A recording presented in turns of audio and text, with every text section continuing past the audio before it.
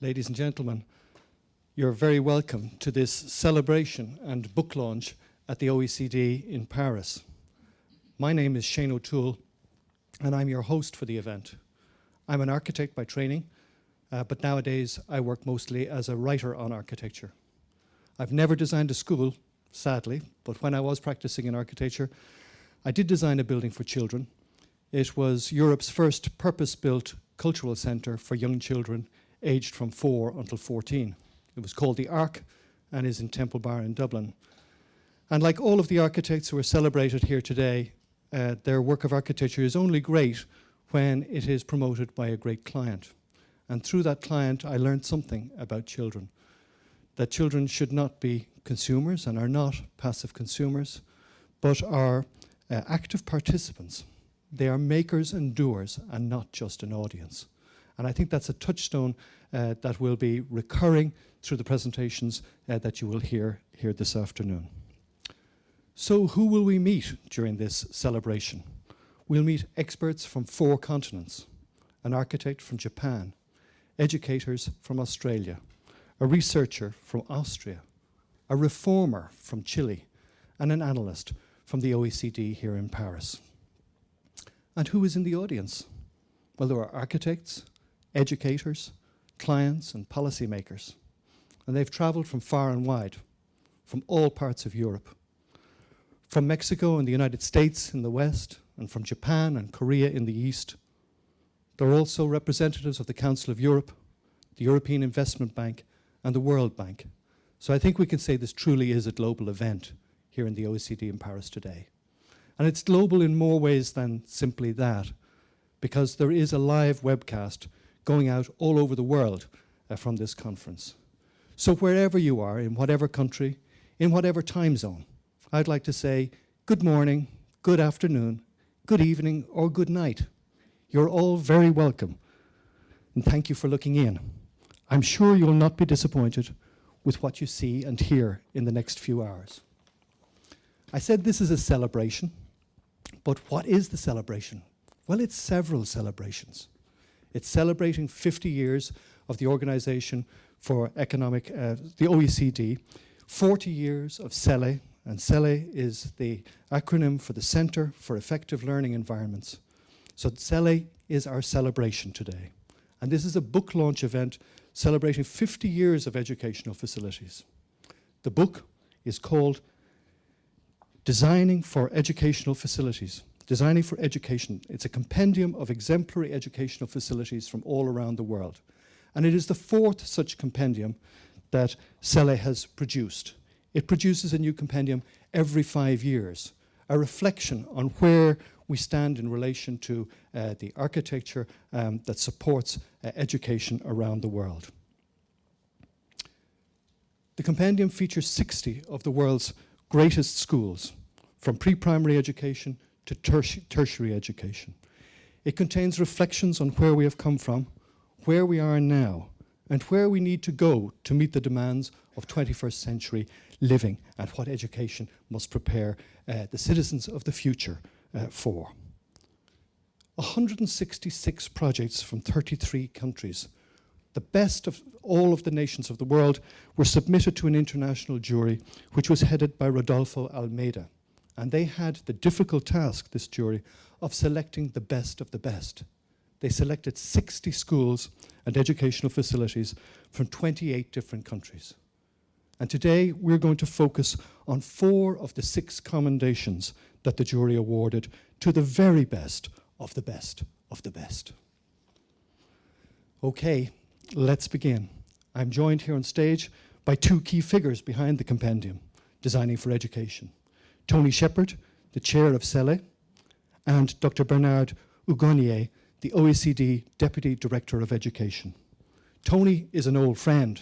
We actually went to Architecture College in Dublin together many years ago.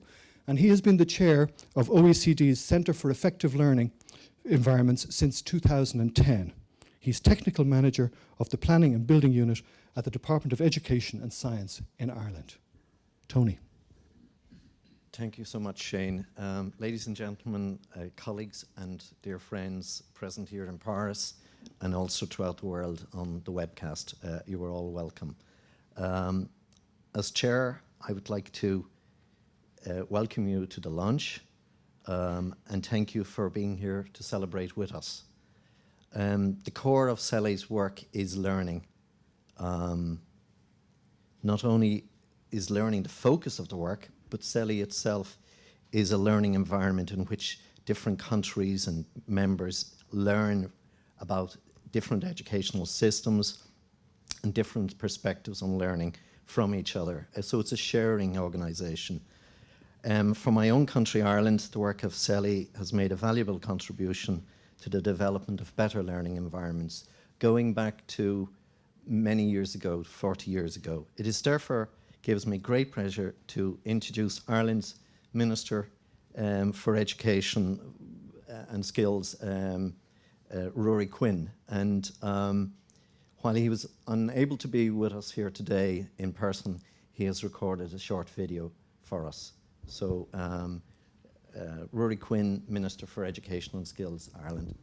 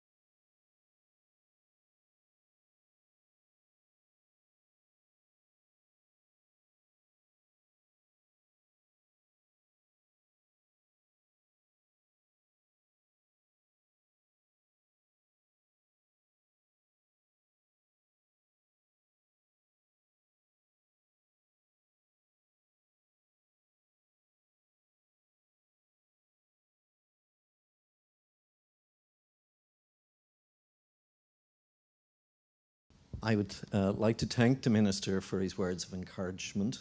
You will appreciate now his unusual background as a government minister, but I believe he is extremely well placed with his background as an architect to fully appreciate the importance of the quality of learning environments. And as a demonstration, a key demonstration or a real concrete demonstration of his commitment to quality of education, he has requested a major review of the educational briefs for both primary and post-primary schools. And also another concrete reflection of this is already an announcement of a competition for a 1,000 pupil post-primary school, and this will be formally announced before the end of this year. The buildings in which teaching and learning occur need to also allow for change. I believe this publication, Design for Education, illustrates how good design supports education. It also shows many possibilities of innovation, and it provides a range of examples that I hope will inspire the readership. I would like to thank everybody who submitted schemes. There were many schemes throughout the world, as has been referred to already. The work of the jury, chaired by Rodolfo Almeida, who is here today, was difficult.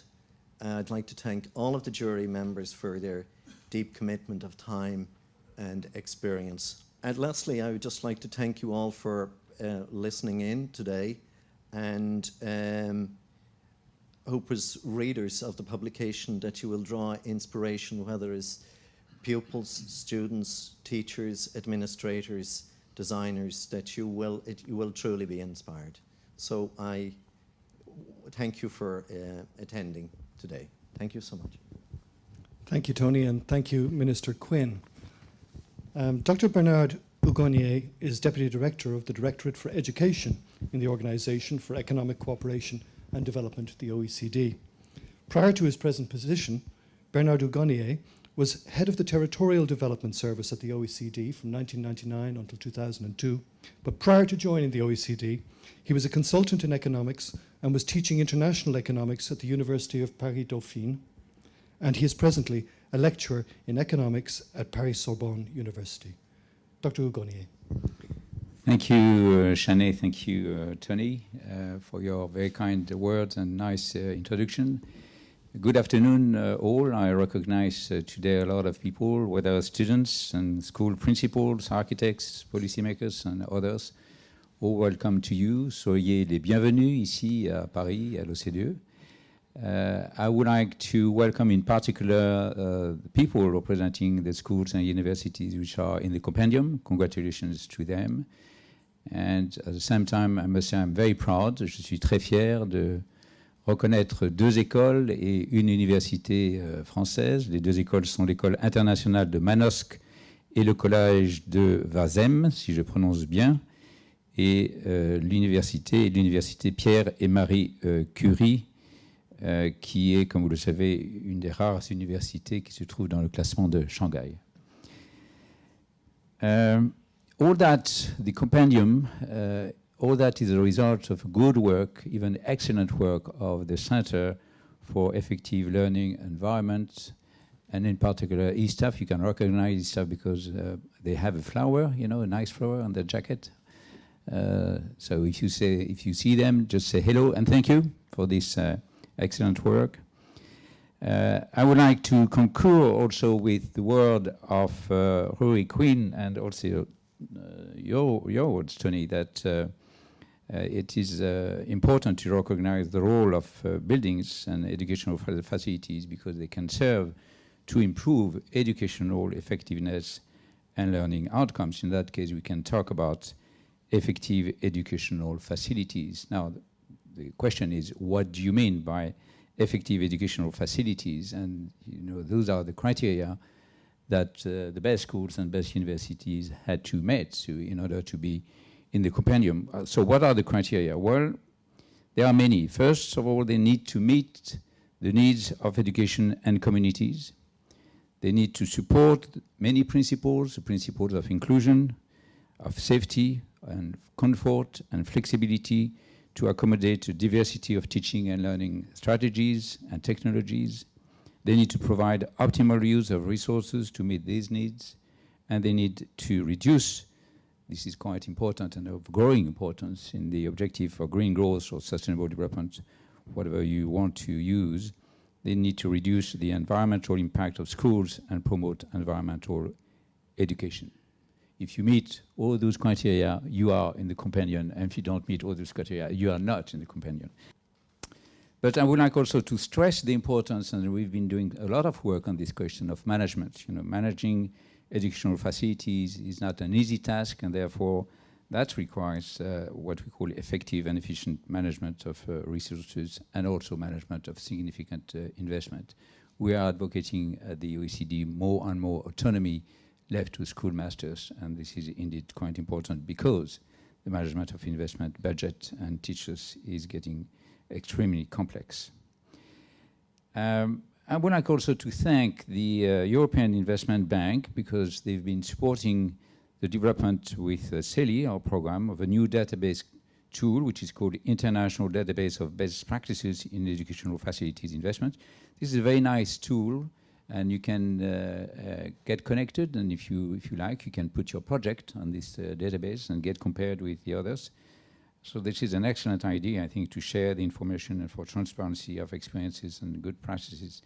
This is an excellent initiative. Now, what you need to do is, this is my notes, you need to sit back, but you are already seated. You need to enjoy the spectacle and I would like to invite you also to a cocktail which is going to follow this presentation in a few minutes. Thank you very much for listening and have a good meeting. Thank you, Dr. Uganier. I'm very impressed with the emphasis on the environmental aspects of the program and that you are actually symbolizing this. It's a whole new sense of flower power that you and your colleagues are bringing to this agenda. Thank you. Thank you, Dr. Uganier. Thank you, Tony Shepherd.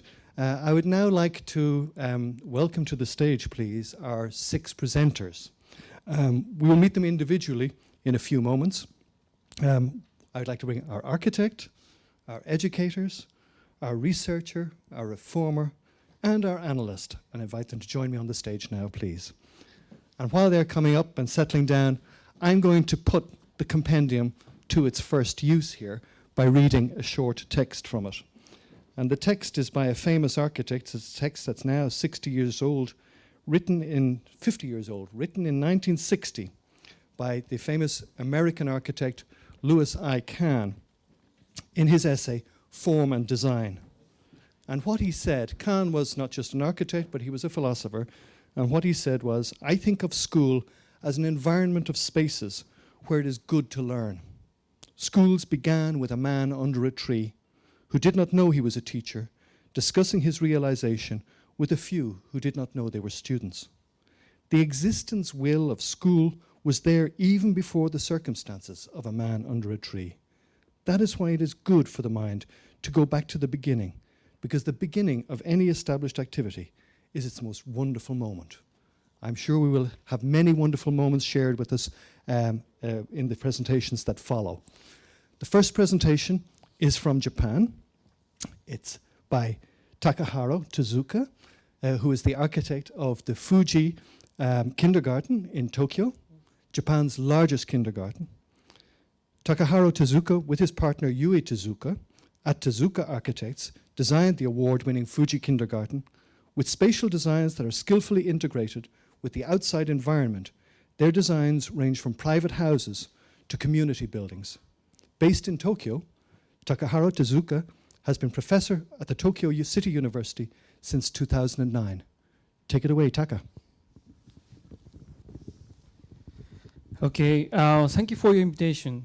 And maybe I should start right away from the video I think we prepared. It's a documentary program made by Japanese TV company. And it's saying as soon as they go up to the roof, they start running. And every morning it happens. It's automatic response. And the owner of this kindergarten says, someday these children is going to beat China, because these days we don't get gold medal anymore in Olympic Games. China takes all away. I'm telling that the roof is not flat and it's inclined toward inward, so inside, so that we're making sure they don't spin out. And there are many skylights, you can see that. And there is no playing tool on top. And the architecture is quite important, playing tool. And this is another one by CNN. It's quite broadcasted, quite broadly. There are more than 20 windows on top of the roof. The children love to jump into the net. There are 3 trees. Sometimes we get more than 120 children. We are a couple, and always I'm in blue. And my wife is always in red, and my son and my daughter is in yellow, my son is green. And people think I'm wearing always same T-shirts. It's not true. I have more than 100 of this. And the story begins from this small house we built about 12 years ago. And that time we are allowed to build this kind of roof house without handrail. And since we got all kinds of prizes with this house, we Japanese architects are not allowed to put people on top of the roof without handrail anymore. So this is the last building without handrail. I like it. Nobody can do it anymore. And I don't spend much time on this, but the point is there are many things going on this roof, and the owner of the kindergarten loved that building. And this is the original building existed before our building, And one of the character I liked about this building is that the principal kept walking into each classroom, and he remembered all names of 640 children. It's an amazing thing. And whenever he walked into each classroom, we could hear a voice and just the yelling of the children. We try to keep that idea. And this is a building we built. And since he kept walking into the classroom, I try to make it circle so that he doesn't know when he should end, so he can keep working all the time.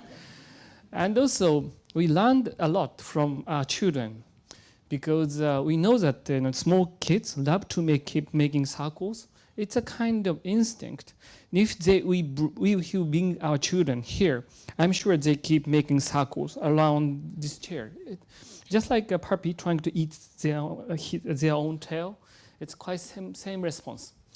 And also there are 3 trees on the middle of the building, and we try to keep it. But it's not easy, because the spread of our root is as big as the size of the crown. So we try to make sure we don't cut any root. And then we got this. Hold on, just can we just go back? Okay. And then principal said, I don't want any handrail. I said, it's impossible. But he said, how about the net sticking out from the edge of the roof so that we can catch that falling off children? He was quite serious about it. He's an amazing person. He said, please make sure the children never break their neck. In this kindergarten, they are allowed to break their legs and arms. He said, but he said quite important thing. Because people break necks, because they have never break the legs or arms when they were small. It's private kindergarten, but I don't think it works in European countries. And we went to planning application department if we can put a net on the edge of the roof. But they said I was insane, so I had to go back to the principal. And then he said, "No, you have to try it again." And he called the local government. And actually, the guy at the table at the desk was from this kindergarten. So somehow he persuaded, and we kept that idea around the tree. And you can see a rope around the tree. It's handrail. Actually, it's illegal now, but the time it worked. And actually, we put this on. After we put this on, and after the inspection, he took it off. So it's illegal building now. And they love to jump into the net. It's nothing. They are nothing to do with the handrail. They can see that, and they love to fall into the net. We get more and more. Sometimes we get more than 40 children around the tree. More, and you can see that the boy on the. Do you have razor point? No. Is it ray gun? No. No, it's not. Sorry. So you can see the boy on side, and he loves the tree, so he's eating it. And sometimes they put the children along the edge. We can put about 600 children on the edge, and we made a few samples, mock-ups of the handrail, and we tried to convince him we might need handrail, but he chose the weakest one. He said, "I like this shaky one, so it's very weak handrail." So you have to make sure you don't lean onto. Actually, you can never break it, but it's shaky. You can see that they're like monkeys in the zoo. And actually, we made sure the distance is just enough to put their leg out, and they can't put their head in. And this is how we feed them. Actually, it's an agricultural class. And the ceiling height is very low, only 2.1, because we wanted to see both sides of underneath of the roof and the things going on top of the roof. And if the ceiling is too high, you can't see anything going on top of the roof. And we don't have time, we keep rushing. Yeah. At the beginning, we couldn't put green on. So at the beginning, it was matte. Now it's green. And this is a gargoyle to collect the leaves on top of the roof. And this is a leg washing place. And there are variation of the water taps. The one on the middle is quite a good one to spray the water to the friends, and the shower on the back. And the boy in front is not washing his boots; he's putting water into the boots. And quite important picture. These days we are trying to show something. Many architects are trying to show something extraordinary structure.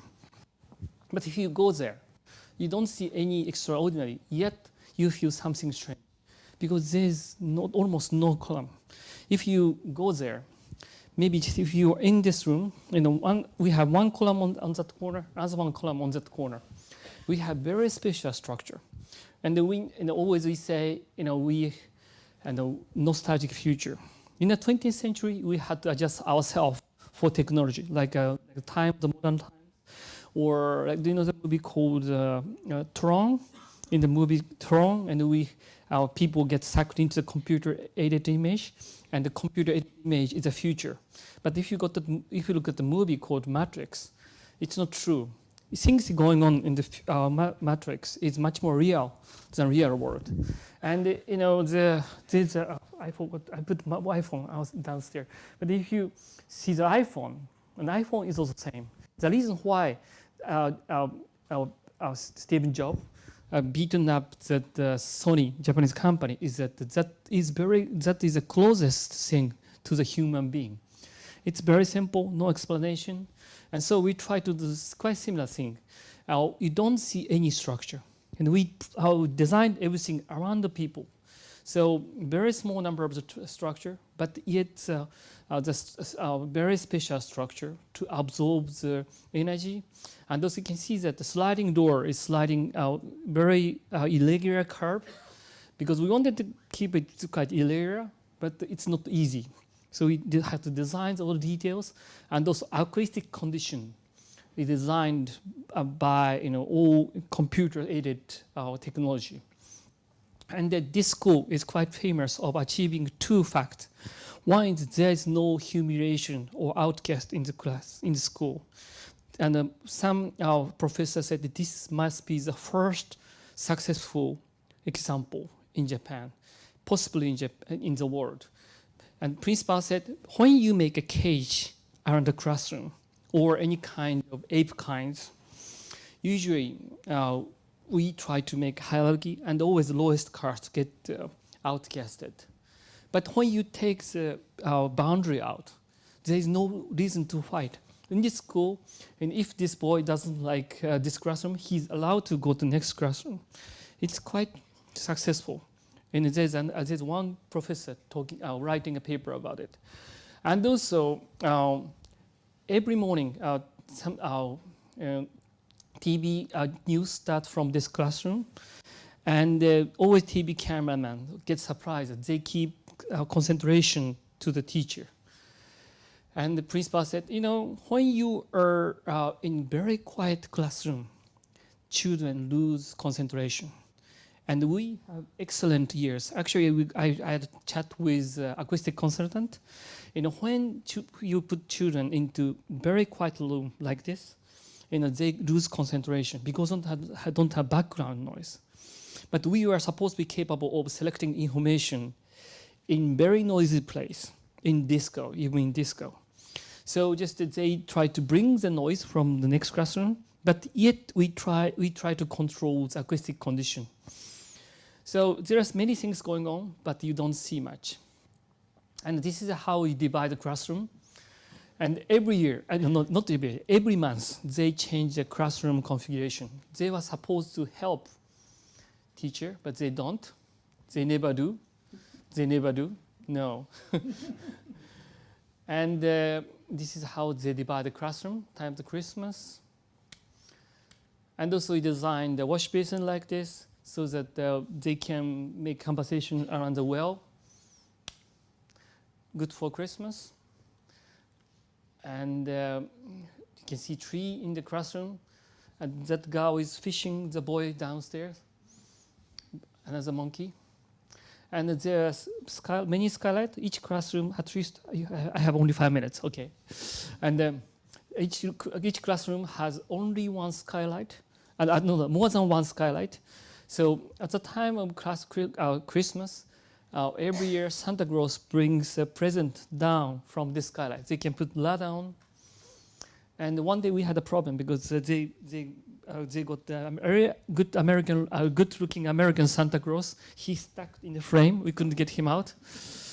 And this is how you turn on the light. Actually, there are more than 100 string, and to turn the light, they have to walk around, so they know which one they turned on. It's a kind of consciousness about energy. And okay, this is very academic. How many games going on top of the roof, and the professor found out there are 8 times more games than normal kindergarten. And this is the movement of a child on top of the roof within 20 minutes, from 10 past 9 to 30 past 9. He made 6 kilometers in the morning. And then I show you another one, just 1 minute. Okay, we built annex right next to the kindergarten. If you buy our architecture record this month, and on October, you see this. And it's very interesting building, and we have 7 floors in 5-meter ceiling height. 5 meter height. So sometimes ceiling height is only 1.2. So everything is kid scale, and everything is melted into green. And we try to put our children yellow and green, so to make sure where they hit their head without putting helmet. So actually he banged his head just over there.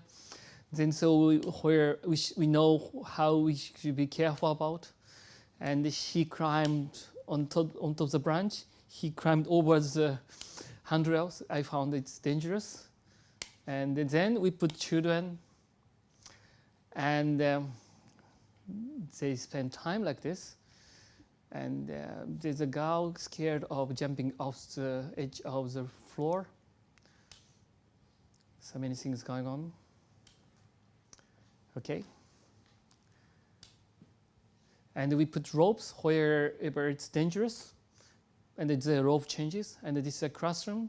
There's no furniture, and the ceiling is heaven, sky for children, because they can never touch it. But in this building, they can touch it. It's my daughter. And that's it. The presentation. And I drive yellow car. And great thing about this car is that it was production almost 50 years. And we try to make a building like this. These days, Japanese company changes the model of car every year. But this car was in production for 50 years. I try to find the reason.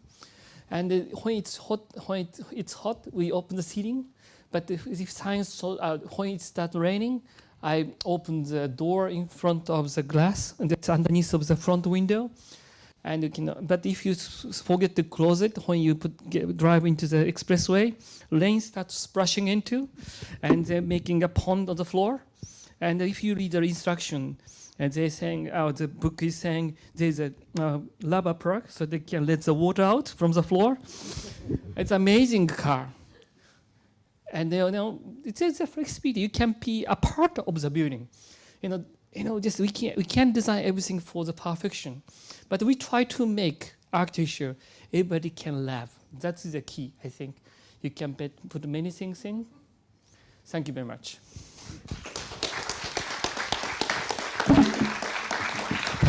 Thank you, Taka. What a wonderful start to our proceedings. From the very beginning, I've seen you draw this school before. There is a website in Germany, detail.de, and Taka starts to draw the school, but the very first thing he draws is the tree. The building comes after, and it's that idea, I think, that nature is a third teacher, along with the children and teachers, that is so fantastic. And I know that Peter Cook, the great English architect and critic, calls your project A Ring Around a Tree, after Ring a Ring a Rosie, the children's nursery rhyme. And I'm delighted too that you paid tribute to the client, because it's clear that without this client, this building couldn't have happened. So thank you and congratulations. Our next speakers are educators from Australia, and they are going to present jointly about the school that Martin Culkin is the headmaster of in Melbourne. A teacher and principal in secondary schools in the state of Victoria, Australia for more than 4 decades, Martin Culkin has been leading the merger of 3 secondary schools into one school of 2,100 students in the suburb of Dandenong. Culkin has a strong belief in collaborative team teaching and student inquiry learning. He has worked to develop new curriculum and pedagogies to engage students more effectively and to improve educational opportunities. Martin is going to be joined in this joint presentation by Dr. Julia Atkin, who's an independent education and learning consultant who assists schools in Australia and internationally in basing their design on all aspects of education on a deep understanding of how people learn. She has received a number of prestigious awards for her work, including being named one of Australia's Smart 100. Tough title to live with, that. A list of 10 people in 10 fields making a difference to Australian society through innovation. Martin and Julia, there'll be a short video first and then you'll take over.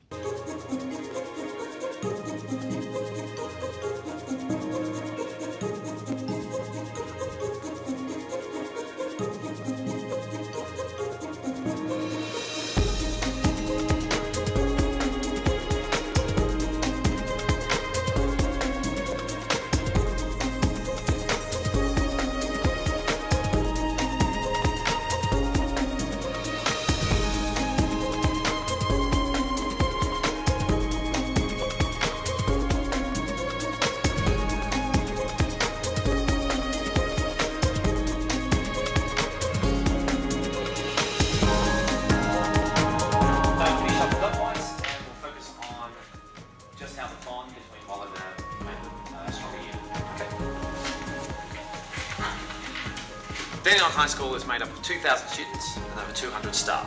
We're divided up into 7 houses and we have schools within the schools. So there's a head of each house and there's sort of like the honorary principal of each of those houses. It's a fresh, dynamic, interesting way of teaching where the students are inspired by the innovative techniques that we have, like team teaching, use of technology, all that type of stuff. It's an exciting and dynamic place to teach. Hello, I'm Martin Culkin.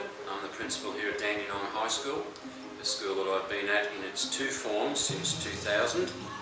The period of the post-merger of the 3 schools from 2000 has been a most exciting time in our development, as we've shaped up a new school of over 2,000 students in a community of learners which comes from 67 different language backgrounds in an environment in Melbourne, which is a very poor part of our city.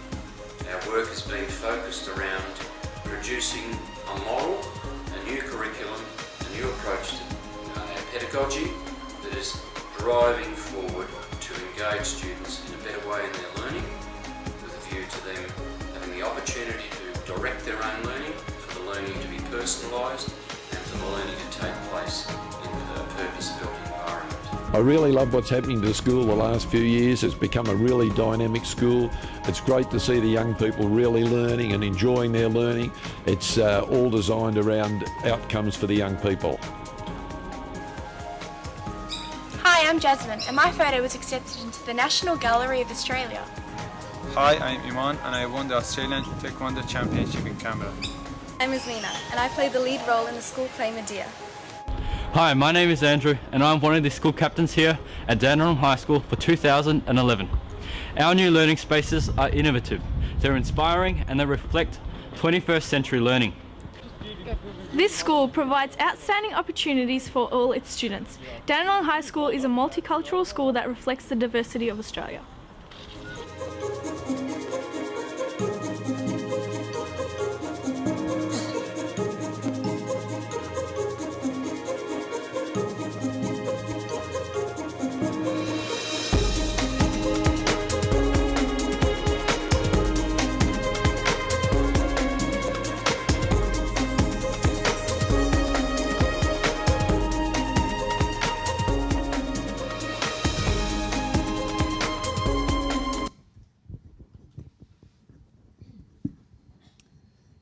Thank you very much. We'll sit into our presentation this time, rather less dynamic than my predecessor.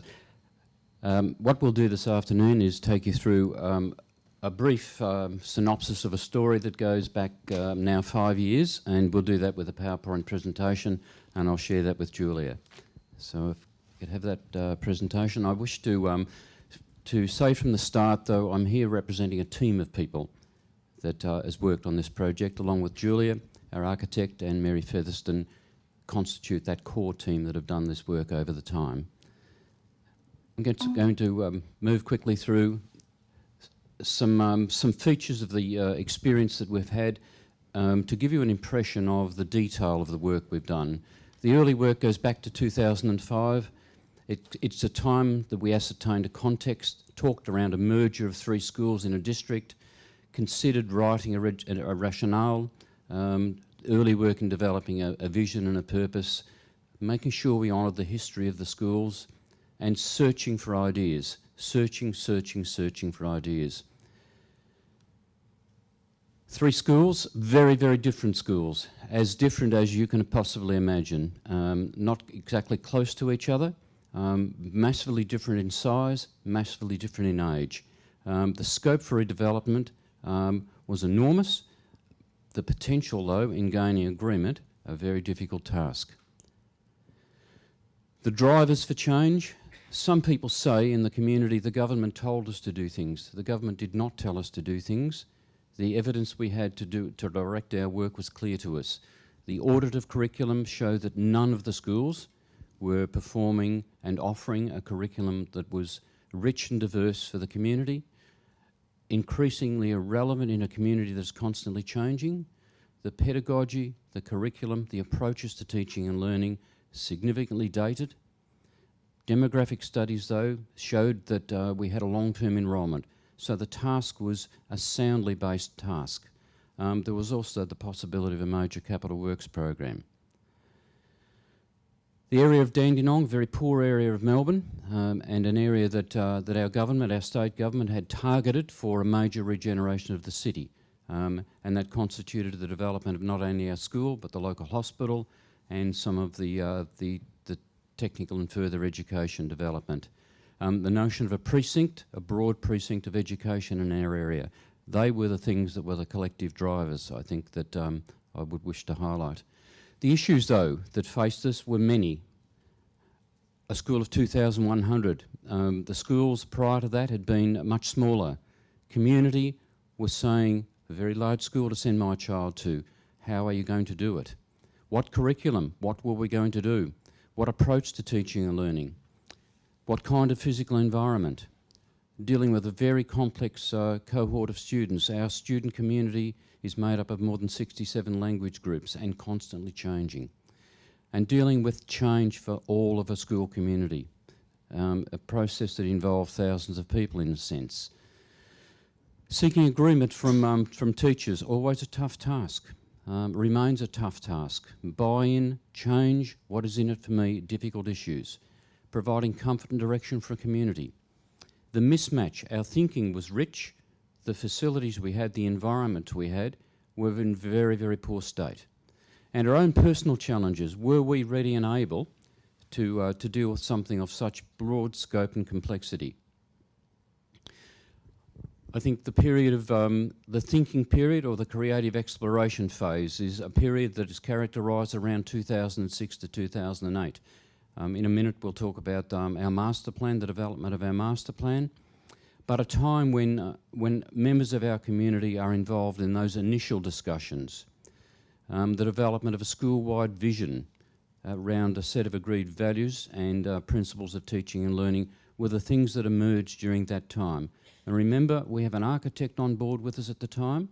We are still doing our thinking, though. Searching for ideas, some travel and exploration, looking at the notion of what we really would like to have, so some rich thinking. What was the dream world, if you like? Working with focus groups of teachers, students and parents, it's a highly inclusive model. And building a strong guiding coalition of leaders. What were the knowns? We knew some things when we started this journey. We articulated those in our educational rationale, a broad-based vision. We felt that a truly collaborative teaching and learning process was the model we favoured.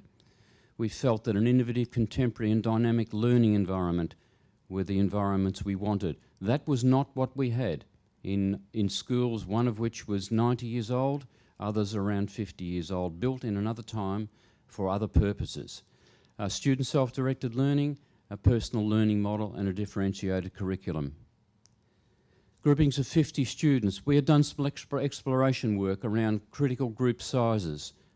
In some of my travels, I saw group sizes of 100 students. I saw them of 75. I saw them of 50.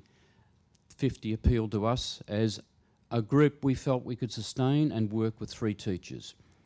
An environment to support the notions of teaching and learning we were working our thinking through.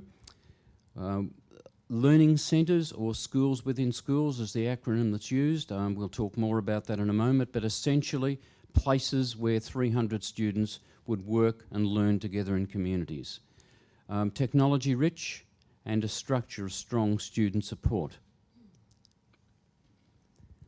The schools within the schools model, the key principles of that, as I've said, 300 in total, 150 students per floor, double-storey buildings, whole year cohorts of 50 students. So each learning centre, for example, in our model has 50 students from each of our 6 secondary school year level models. Integrated facilities, flexible, creative and purposeful spaces, and student and staff interface. So a student and staff presence or staff presence throughout. Our master plan, which is built across 2 sites, as you can see there, a cluster of learning centres at the bottom corner and further open spaces and further development at the top part of the diagram. Not all built yet, but in a process and mostly now funded and ready to start. Our key known, though, was that we wished to build on a notion that every student can learn, wants to learn, and that the whole school is structured to support that. That was not necessarily the thinking within the schools at the time. Certainly an action-based approach and a desire to encourage curiosity, lifelong learning, empowerment, independence and reflection. They were words at the time. What our task has been to make them actions. Investing in people, of course, the critical work of any change is the people. An understanding of the diversity of the people we were working with. The notion of a purposeful learning community. A classic change management process, and very evident at the start we could see the early adopters, the skeptics and the group that wouldn't have anything to do with it. Of course that has changed over time, but it's not a magic potion and it's not a perfect world by any means. Meeting people's needs, I think the period is characterised by the most heavy consultative period that I've ever been involved in. And I must stress, of course, one of the key characteristics is the development of our leadership capacity. Setting the negotiables and the non-negotiables, open-ended consultation is not an effective model. We knew that, and so it was bound up in we need to move on things. Ascertaining what we valued, focusing on the right work, and continuing with the explanatory voice. What are we trying to do here? What is the evidence? What is behind our direction? The final phase, final design phase and initial building phase happens around 2008, a highly pressured year for us. And we really firmed up our thinking into the creation of some learning spaces, but not without, because nobody had travelled this journey that we had embarked upon, not without us building a prototype in a relocatable building within our school grounds and trying things out. An imperative, though, from our department to move forward and very high levels of support. I must say, before I hand to Julia, that last dot point there, a period of personal reflection. I can vividly remember going to a meeting with Julia, Mary and Richard, our architect and our interior designer, at a house one afternoon, and I think it was the crisis of my career. I felt out of my depth. I felt that I was floundering. I felt the decision rested on my shoulders. I felt ill-equipped for the task. And I went home to my wife and said, I don't think I can do this work. I don't understand it well enough. It challenges my philosophy too much.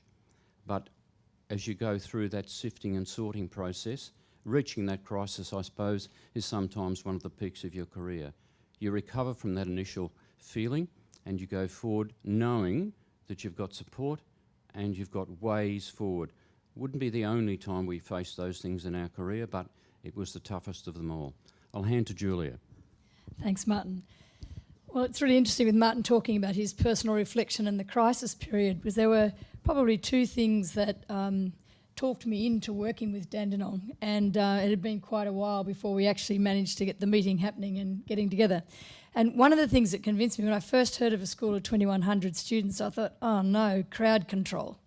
And then when I heard that they had actually decided on a macro plan of a macro design of 7 houses of 300 students, I thought, thank heavens, this is a human-sized grouping, and it's something that could actually work. So that was the thing that convinced me that this was a school that had one of the basic premises correct, and that's where they were working from.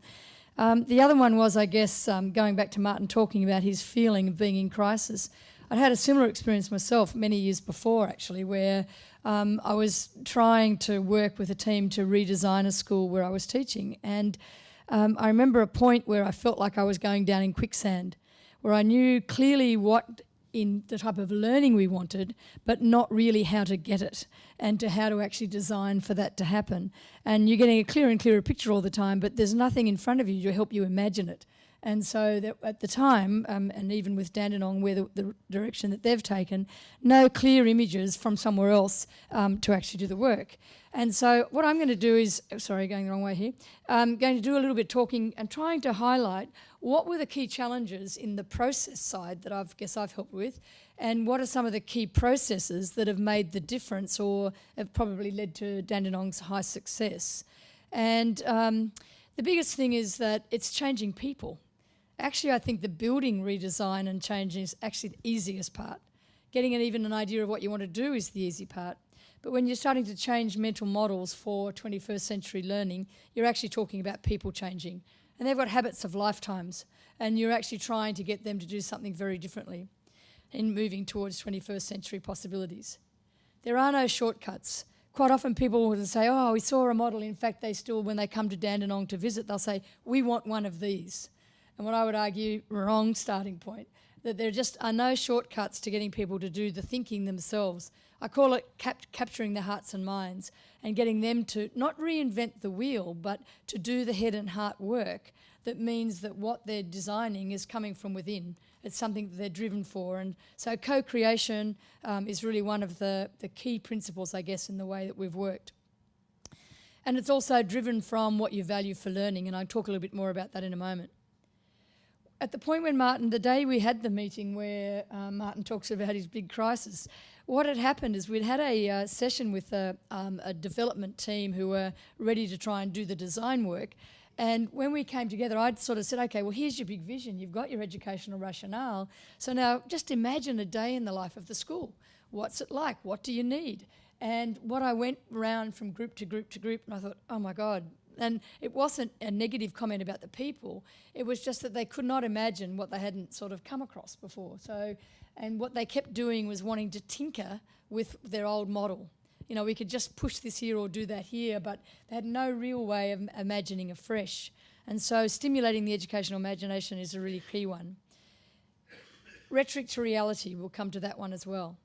So let's look at one of the design challenge. And when I was doing the writing for the compendium, Alistair said to me, people see design principles, they'll think architectural design. I've stuck the word back in here in terms of design challenge because part of the work has actually been helping educators see themselves as designers, not simply planners, and not just planning to do out, sort of throw out roll out a curriculum, but designing how they were going to work with it and so on. Because we're not about building a faster caterpillar, we're really about trying to allow a more beautiful butterfly to emerge. We're really talking about transformation. And transformation isn't a linear process. You really need to get the whole system, every aspect of the system had to be looked at, from leadership to teaching to learning to people changing to education, the nature of learning and teaching changing and so on. A linear plan's not appropriate because you never know what's going to happen. So you have to be totally responsive to the things that emerge as you go along and always driven by what it is that you think is important. Dialogue, not debate. a really readiness to listen to each other and hear the best of the thinking that any one person might be doing, and to allow something to emerge that's bigger than any one person could have come up with. And definitely not a competition. So key processes, I'm going to focus first on the educational key process and then turn more to the actual design key process in terms of how we came up with the spaces. Values and vision driven development. That could be a lot of people talk about shared vision, shared values, etc. But really it's a key thing that I want to try and get at here is that in the industrial era, most of what people did in practice was imposed from the outside. If you think about the outside of those circles, and what people were asked to do in schools was very much an imposed message from someone outside them. And I guess my work's been trying to turn that around. Like, I think it was some of Christian's writing that I read that the original practice of having 63 square metres on average for a classroom was, I don't know whether this was you, Christian, I think it was, and basically it was 1 metre squared for each student, 1.5 metres for the teacher, and 1.5 metres squared for the stove. And when you look at what's going on in schools still design, or the amount of space that's allowed for schools, that practice has gone on in an unthinking way. Kids have grown, we don't have a stove, teachers probably need more than that space. Anyway, but we keep on doing it because it's sort of almost like a embedded practice. So the work is really to ask the question, why? Well, why do it that way? And what is it we're really trying to achieve, and to really articulate the values and beliefs and to drive it from the inner out. In terms of Dandenong, how that plays out, just to give you a quick example, and I don't expect you're going to be able to sort of read this next slide, but this is one of the sort of a model of that's been developed by the team of people working in the development. And right there in the centre, you'll see that it says we value collaboration. And the reason is, and they actually talk about why they value it. What are the beliefs that we have that suggest that collaboration is a good idea? Now, not one team has done that. It's been redone and redone with at least 6 or 7 teams within the school that I've worked with. Everybody has to do that head and heart work. You can't say, here's someone's answer as to why we need to collaborate. Why do we actually need to do it? You come up with your own solutions, why your own beliefs. What we find is that that's a pretty common list that comes from everyone, but it's theirs, it's owned by them. And then when you come to do something in practice, the question is, all right, well, if we value collaboration and we actually, for these reasons, when you do that, are you actually achieving the things you say you value? And so if not, how do we change the practice? So they're learning principles that Martin's referred to are ones, and I love the spirit of learning that was in Takaharu's talk, and I guess that's the same thing we're aiming for in Dandenong. It's a free spirit of learning. And those are, again, the touchstones that people use in the actual design and what they're doing in the classroom, or in the class learning settings, I should call. In terms of the key processes, there's one really key design one that's come around in terms of the design of the learning settings and spaces. And again, it's an inside-out process, where beyond the simplicity of an open and flexible space that people talk a lot about, we sort of started to go from the inside out. How do you stop people just wanting to slightly tweak what they had? It was all about giving them a chance to think about all the different types of learning activities they wanted if they valued learning of a particular kind. And then how many of those settings do you need? Different settings, all the different types of ones we might have. How many of those do you need, and how many do you need to use at once? From that, then, how do we use the floor area we've got to integrate those spaces so they work together in a very purposeful way? And so that's really what came up. Could have easily been from the floor plan that we had for the 7 houses. That could easily just have been a number of the traditional egg carton classrooms. It's become a very different place by designing from the inside out. Look at the learning settings and then design what you need from there.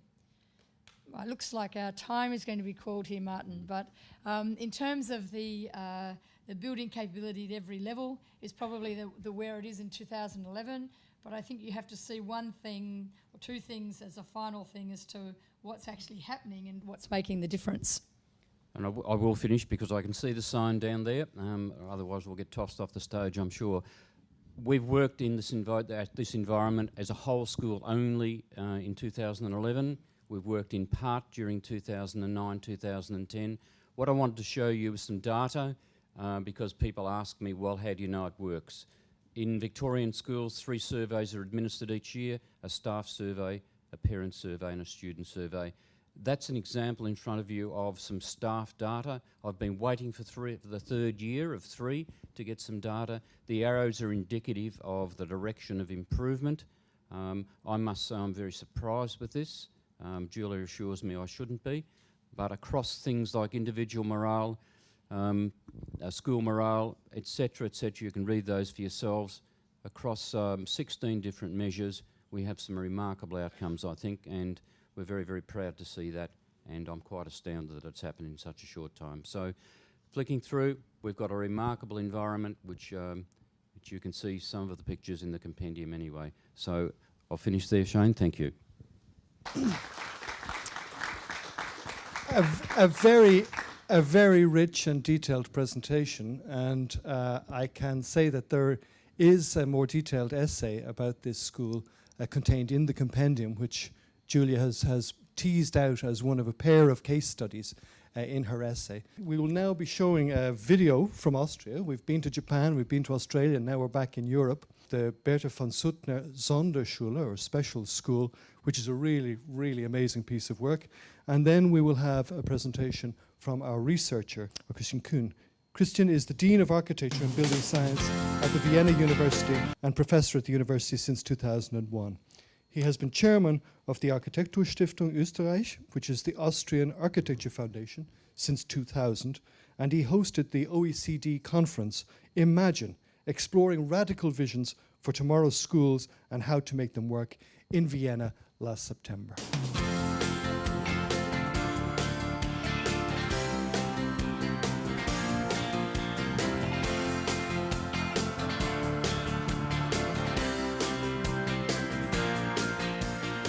Hi, I'm Ingeborg Schramm. I'm the principal of the Bertha von Suttner School. It's nice to have you here.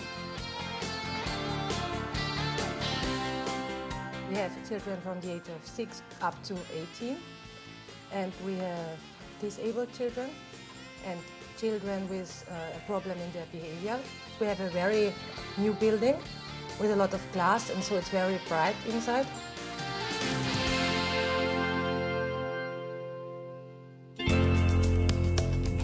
Children like to paint a lot, and we have a lot of equipment to do it, and they like colors, and especially the disabled children like it. They love to work with wood and nails and hammers and build like small things.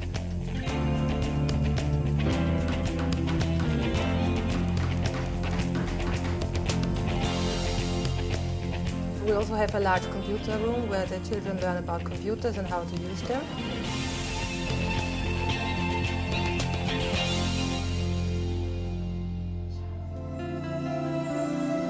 We have a room with a water bed for the children to relax if they need it.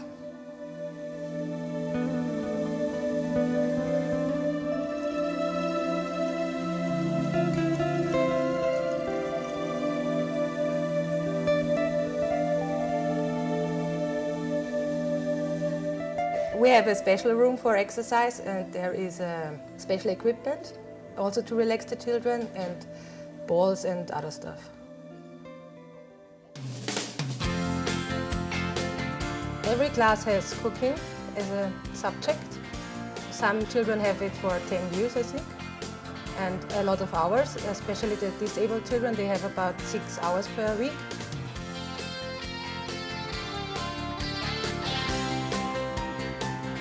The physical exercises are very important. We have a great gym downstairs and also outside, and we have special trainers sometimes.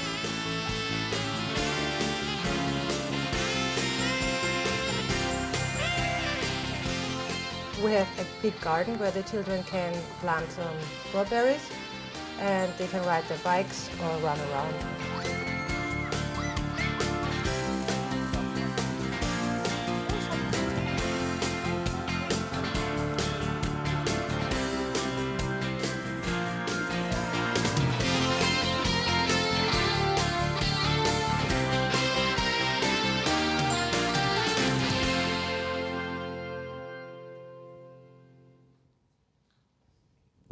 congratulations to everybody involved in that project.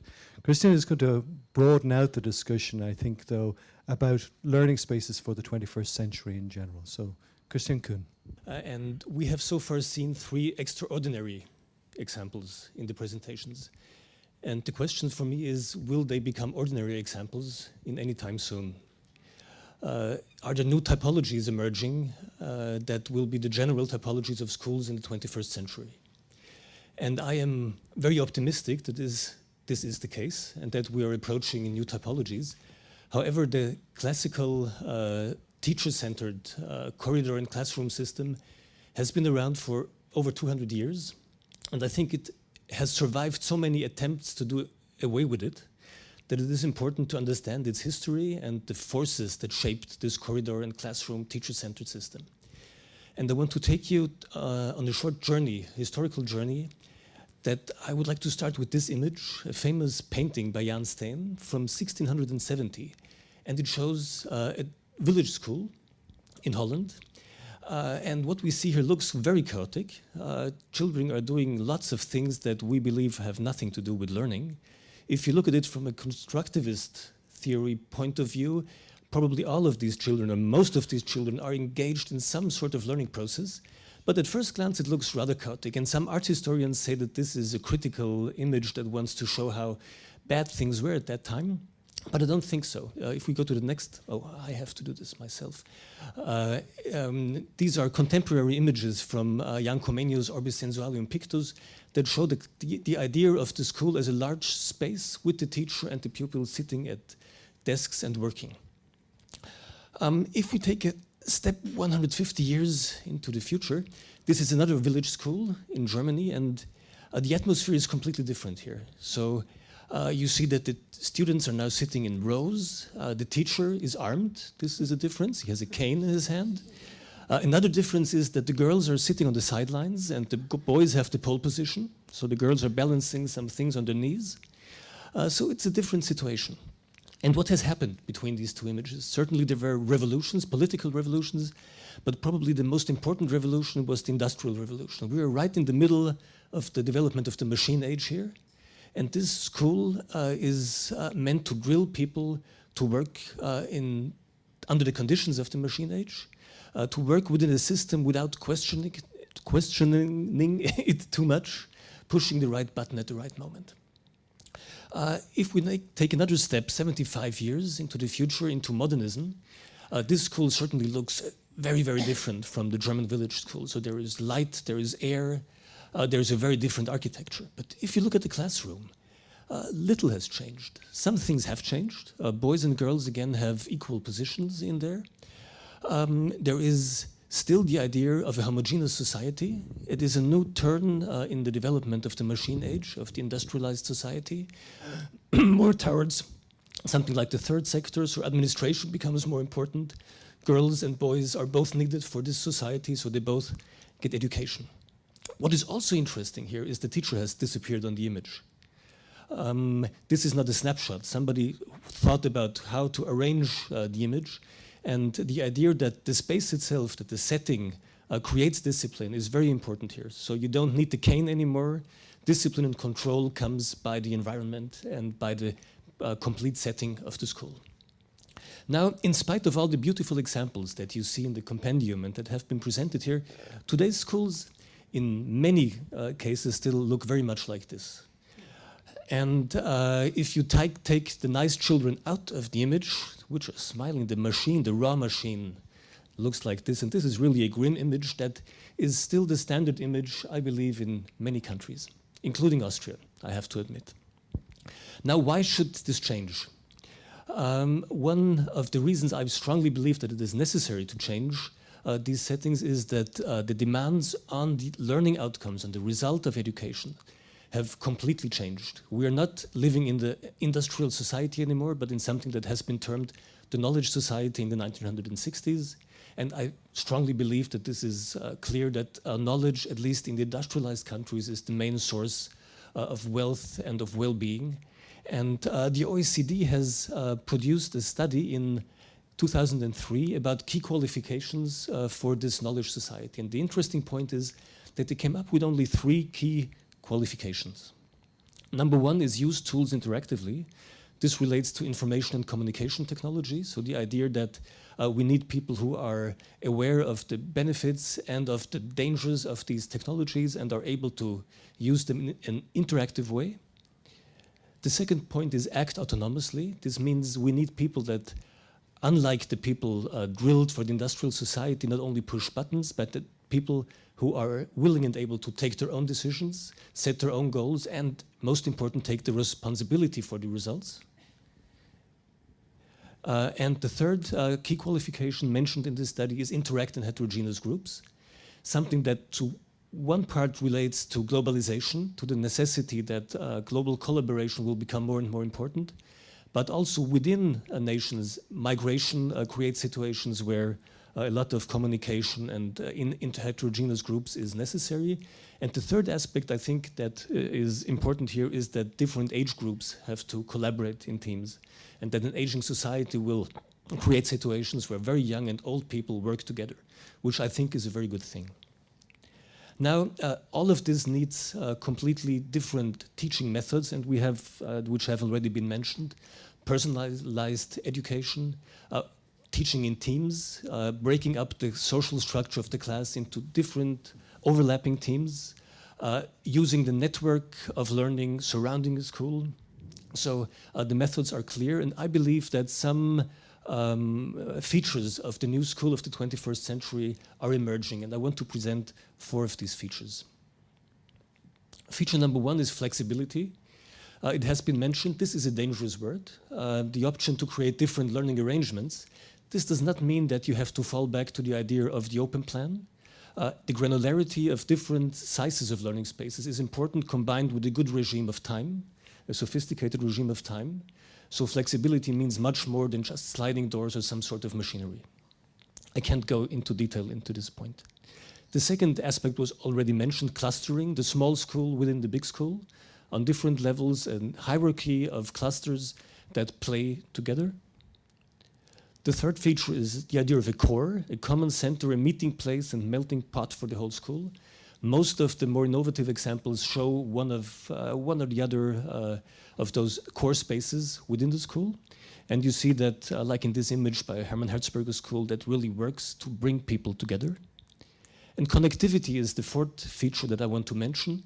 The school is a node in a wider network of learning, locally within the community, but also globally with all the information and communication technology that creates completely new networks that have to be used. What you see here is a small Austrian village where all the learning institutions gather together, make a program for the next 2 years, and students going from kindergarten to the library meet similar topics that are discussed there. So if architects would ask me today, how should we design a school, I would give a very, very simple answer to sum up, that the school is a space for teams, that they should treat the task to design a school in this fashion. It means that people in the school form heterogeneous teams, work together, that this needs an infrastructure, an adaptive and flexible infrastructure with a lot of well-designed microenvironments that serve the students in the school. Also offering the possibility for the individual to find his own way of learning, his own learning arrangements, with all the dangers of these choices.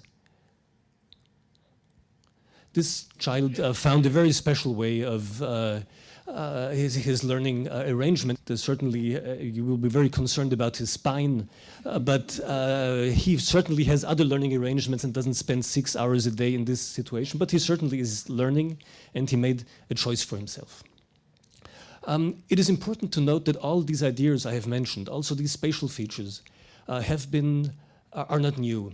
There was a wave of innovation in architecture and in pedagogy 40 years ago, in the time between 1965 and 75, where all these things were here already. And it is important to think about why didn't it work out? I want to give 2 examples. This is the famous SCSD system, developed by the Ford Foundation by Ezra Ehrenkrantz, an architect, an American architect. And this was the model for over 2,000 open plan schools that were built in the United States between 65 and 75. And it was a complete failure, to be honest.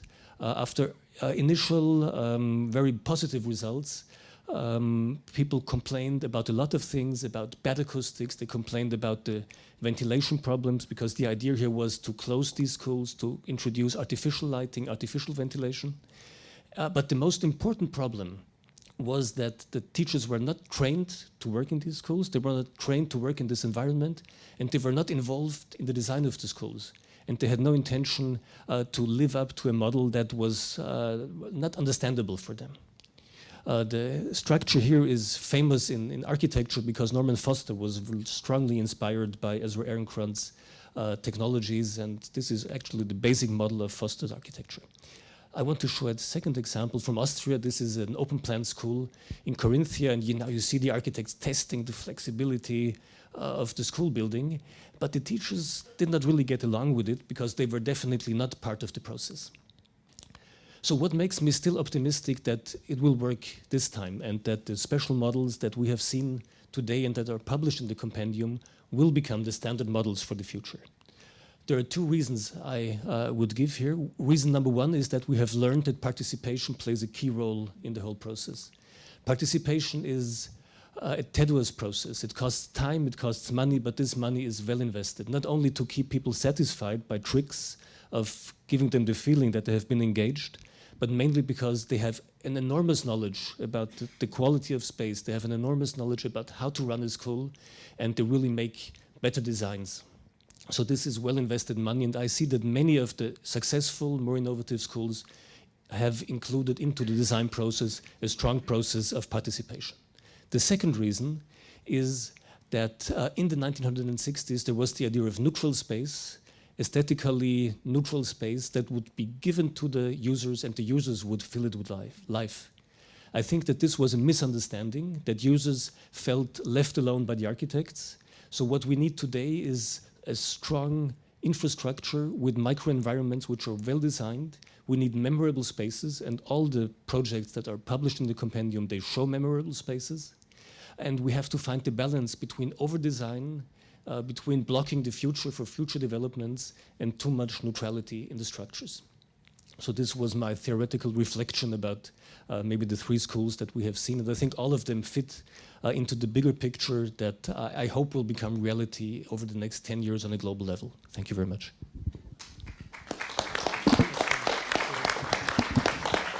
Christian, thank you. And there is an extended essay in the compendium covering much of this ground and more by Christian in the compendium. I know I have a lot of questions, but we're going to keep moving along at the moment so that we do leave time for questions from the floor later on. But there are issues about ideas that were in the air 40 years ago and yet weren't picked up, and they're coming back around again. And how can it be different this time, and who's researching in those areas about literally technology transfer, organizational change, and so on. From Europe to Latin America, and we will be looking now at a video about the Liceo Técnico Profesional La Florida in Santiago de Chile. And following that, there will be a comment by Christian Cox.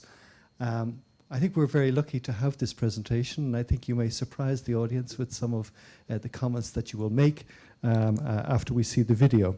But Dr. Christian Cox is head of the Center for Research on Educational Policy and Practice at the Catholic University of Chile.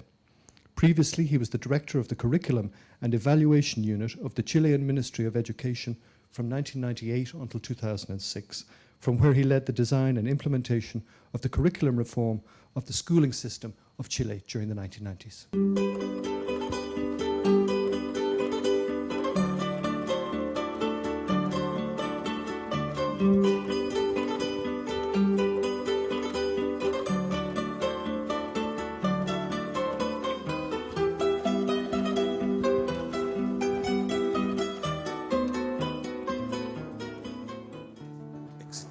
Un terreno eriazo, existía un objetivo de muchos dirigentes sociales de mejorar esta zona. Viendo las necesidades principales, surgió la idea de un liceo de educación media, un técnico profesional. Nosotros quedamos gratamente sorprendidos cuando nos movilizamos del lugar provisorio, cuando esto recién estaba funcionando. Generó inmediatamente como una paz para los chicos. Acá en el colegio el bullying ha bajado bastante. De hecho, ya el año pasado se registraron casos muy aislados de bullying y este año ya ni tenemos. Porque se abre el espacio, la gente puede convivir, los más chicos con los más grandes, y es lo que da nuestra infraestructura. Este recorrido de caracol que ellos hacen para descender en los recreos, este ojo que está acá, que la luz entra por todas las ventanas de las salas de clase, que ilumina todas las salas de clase, aquí nunca hay oscuridad al interior de ningún espacio. Está diseñado para que nos llegue la luz, ¿no? El edificio ha mejorado por lo menos en educación y se ha visto también en SIMS, en pruebas de medición a nivel comunal también se ha visto. Acá no hay alumnos durmiendo en la sala, por ejemplo, ¿sí? Hay alumnos proactivos que en la sala se comportan como deben comportarse, la práctica pedagógica fluye de manera natural y eso es una conquista que no ha sido fácil. O sea, yo creo que lo importante es que viene desde la base, en segundo lugar que respondía a una necesidad muy latente en el sector y en tercer lugar que el proyecto se fue gestando sobre la marcha, el proyecto educacional, educativo. Bueno, nosotros los estudiantes lo bautizamos como el elefante blanco. Nos daba mucho para imaginar. También lo bautizamos como el barco porque en la punta se hace una proa. Entonces al principio nosotros igual imaginábamos con el colegio. Era bastante lindo y no sé, igual fue emocionante cuando llegamos acá al liceo.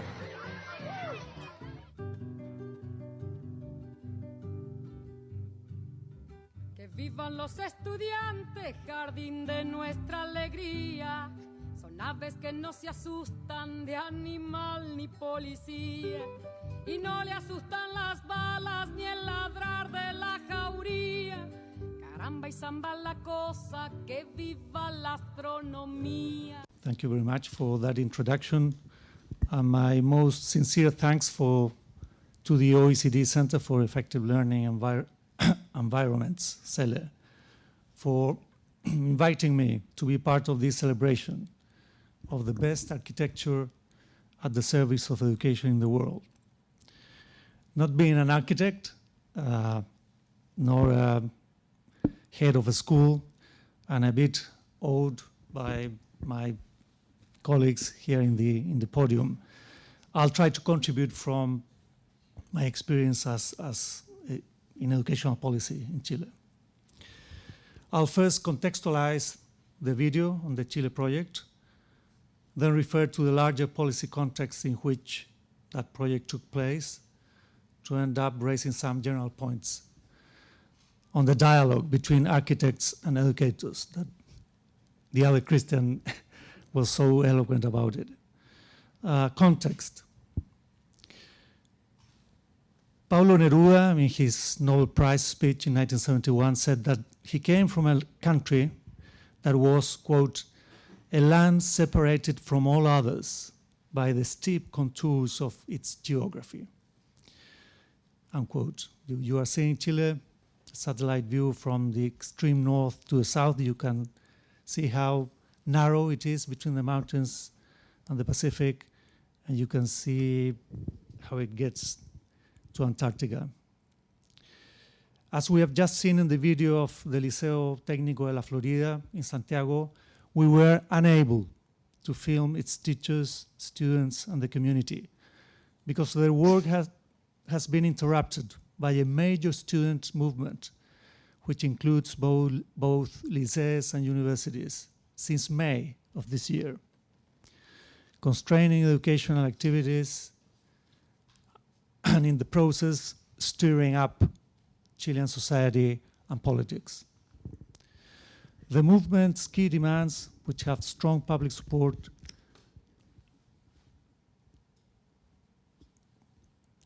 are to eliminate the public funding of for-profit educational institutions and for the state to become more proactive in funding higher education.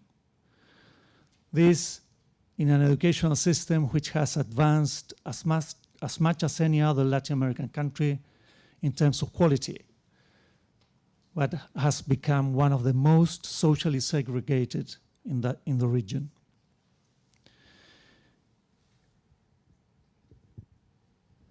in Chile then, it is not only geography that separates. Nowadays, it is also education.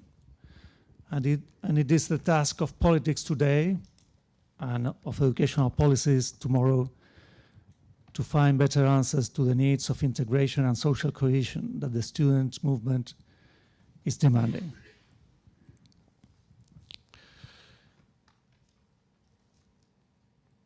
On educational policies and school architecture in Chile and OECD. The development of Chilean school architecture in the last 5 decades reveals a distinct three-phase pattern.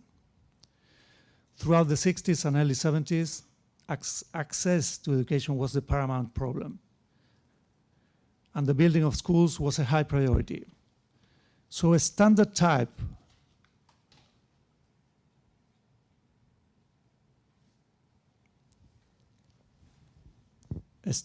of construction was defined and implemented by a national central institution.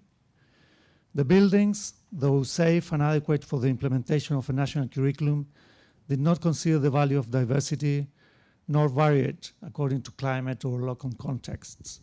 Neither were teachers and community considered in their planning and design phases. During the authoritarian period of military government that followed the breakdown of Chilean democracy in 1973, and particularly in the 1980s, the public educational budget fell by a third in real terms, and a radical privatizing educational reform led to a drastic drop in school buildings. In 1990, with the return of democracy, there was a change of paradigm. State and centralized criteria were combined with those of pro-choice and competition, the dominant legacy of the authoritarian period.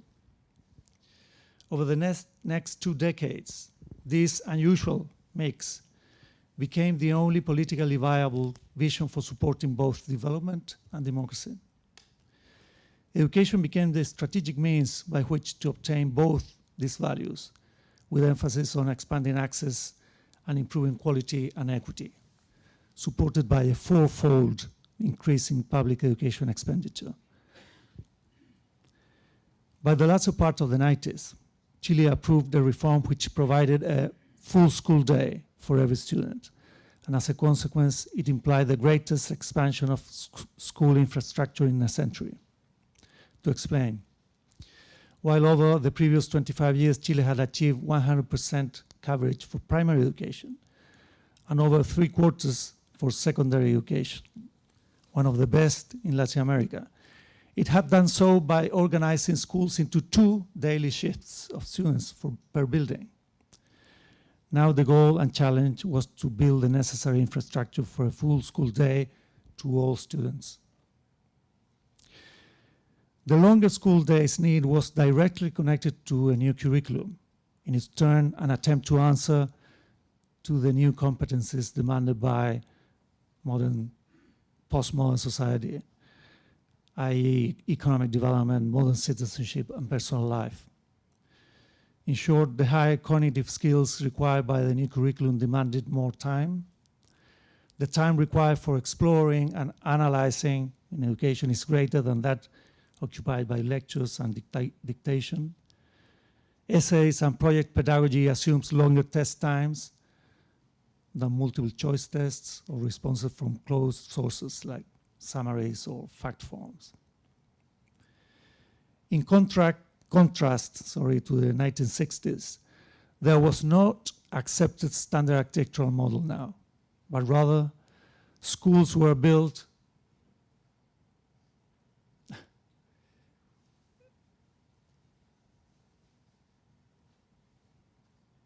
on a case-by-case basis as responses to educational objectives and local needs within nationally defined criteria and standards.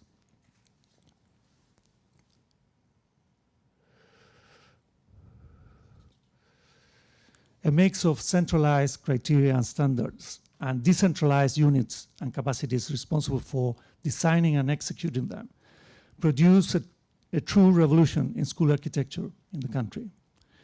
No single new building was the same as another, and all of them close to 3,000 in a system of over 9,000 schools, complied with high nationally defined standards. The new criteria require projects should involve consultation with educators and the local community, which meant that architects had to design listening to this new voice. And educators on the part had to think about new possibilities of relating to and working in the new buildings and spaces. Looking across these cases, a new pattern of architectural answers can be identified. Thus, a new vision of teaching, which emphasizes teamwork, as was underlined by Christian, led to a redefinition of their own practice, own spaces in schools. The new curriculum's emphasis on competences rather than declarative knowledge as the principal goal of the educational process required flexibility about how classrooms, libraries, schoolyards, and laboratories were to be used. In fact, spaces that had been largely ignored for education in previous public educational infrastructure projects acquired new uses and meanings and became essential components in the design of a new building. Lastly, and most importantly, the prolonged exposure, almost a decade, of Chile's architectural profession to an annual competitive bidding for school infrastructure design led to many projects bringing a combination of art and innovation to school buildings and spaces, thus structurally contributing to a richer and deeper formative experience for the students and teachers. In Chile, these 5 decades of evolution of school buildings are strikingly similar to the pattern of change analyzed for OECD countries in the opening chapter of the Compendium.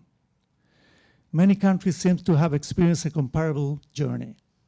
First, standardized design issued by a national center that seeks to optimize resources as well as the use of new technologies.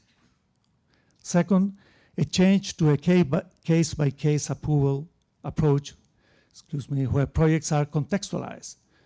That is, they take account of the surrounding environment and the needs of the local communities, and uses as decisive factors in the design process. Third, a similar evolution from none to some, and then a growing dialogue between educators and architects. Fourth, both nationally and globally, similar cautionary lessons about the gaps between these two fields and the need to effectively bridge their disciplines to achieve a better fit between educational practices and the buildings and spaces in which they are contained. My third topic, if there is time, I would like to open up on this key relationship just a bit on this dialogue between architects and educators. If architecture at its best has the power to generate calm and provoke imagination, where there was restlessness and anxiety, as Pedro Yáñez, the student leader from Liceo La Florida, told us in the video, then its key role in education cannot be exaggerated. To enhance this power and ensure that it fits the purpose, the dialogue between architects and educators needs to be deeper. To be fruitful, a dialogue has to share a common language, common criteria, and I would argue some common values. My experience is that this common base is not always easy to find between education and architecture. Both fields have, of course, their own knowledge and principles of practices, their own core business, which do not naturally converge.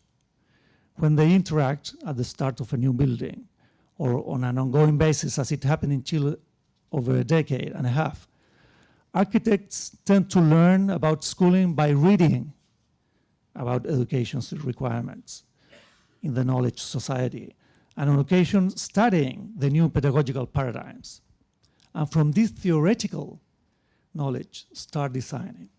This is the experience in Chile and in Latin America. They very rarely observe systematically how actual classes or teachers and students interact in different contexts and spaces. Their client educators, for their part, do not have any specific preparation on the uses of space and buildings in education, and neither have they developed criteria for assessing solutions in this domain. They enter the dialogue, therefore, with no more knowledge than their own practical experience, which necessarily looks to the past. And when they use the new buildings and spaces, their value and potential can often be missed, as it is invisible to their untrained eyes. I know of no school of education in my part of the world that includes in its curriculum time set aside for ideas about the uses of architecture to enhance the key functions of education. If this is an inevitably approximate but valid description of the knowledge basis of the exchanges between the two professions, I think two crucial questions need to be answered. First one, what is needed to produce a more fruitful dialogue? And secondly, what are the institutional and professional conditions that can overcome the limitations in the patterns revealed by the Compendium, as well as by my own country's recent experience? I think that a fitting form of celebrating the best school architecture projects in the world is for both professions, architects and educators, to take these questions home and start working together on ways of answering them. Hopefully we should see some fruits in the next Compendium. Thank you very much.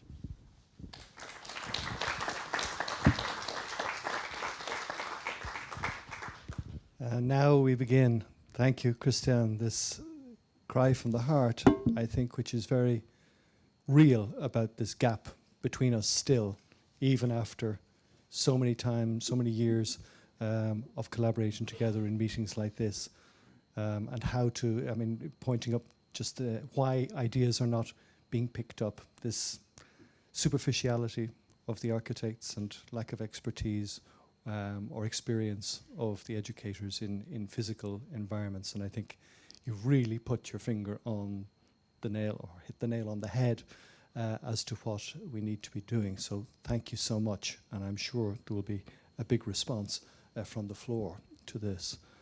Our final contributor tonight is Alistair Blythe, and Alistair is an analyst with the OECD Centre for Learning Environments, CELE. He's an architect and a senior lecturer and senior research fellow at the University of Westminster in London. He co-authored a book, Managing the Brief for Better Design, which was first published in 2001, and he has written on a range of technical subjects for the UK Architectural, Property and Construction Press. But before Alistair talks to us about his review, which opens the Compendium, which is a review of looking back over 50 years of educational buildings that was referred to by Christiane, we will see a video from North America this time, and the first one from the tertiary sector. It's the School of Art and Art History at the University of Iowa by Stephen Hall.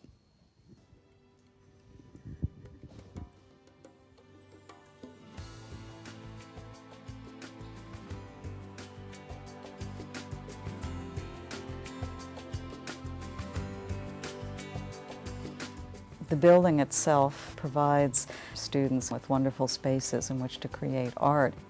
It also has generated tremendous excitement and energy for the campus as a whole because of its great beauty and aesthetic value. Right from this moment, when you first enter the building, the idea is that you would feel that you didn't enter a building, you entered space that keeps going. So this notion of openness or porosity is kind of the first experience of the building. Because the school's not in like an object building, it has an openness, it looks back on itself. So this feeling of the space being, let's say, more elastic than in a normal rectilinear building. So you feel a community, which is really important for education. The prominent placement of the gallery and the fact that it was the main space that welcomed you as you entered For me, it definitely set the stage for feeling like I was walking into a space that not only respected, but celebrated the production of art. There was these wonderful floor-to-ceiling glass windows that looked out onto the bluff and to the pond below, and it was really great to sit there and read and take notes and write. It was a really, really pleasant space to get a lot of inspired work done. One of the things that I definitely noticed about the entire building was how much light played a part of the architecture. I remember having to take classes that night. I would walk up to the building and the lights would be on, and sort of seemed like the space would take the light throughout the day and then emit it at night, and sort of glowing off of the pond and everything along those lines. Something to celebrate in that building is that you didn't feel like the disciplines were segregated. You definitely felt like a cohesive group in a way that was ultimately just really inspiring. Students, of course, are always very concerned about where they are going to be learning about art, and so now they can learn about art and study it within a work of art itself. The building is a beautiful work of art.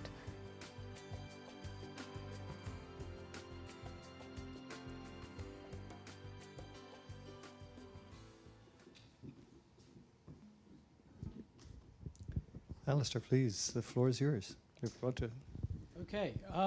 Well, actually, one of the interesting things about that school of art is it's in a public university, and that building itself is a gateway to the campus. So it's not a rich university in the sort of Harvard Yale sense.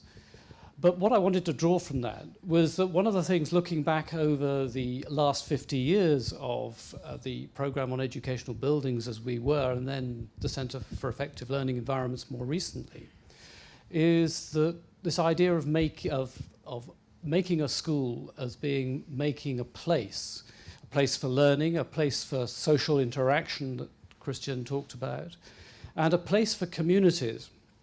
And it's been very interesting tracking how we see a shift in emphasis from back in the 60s and 70s, when school building programs were enormous programs of new schools to cater for large numbers of students that were being through all ages. And the shift from there gradually through to, well, we've got all these buildings now in the 70s and 80s. What do we do with them? We have to manage them.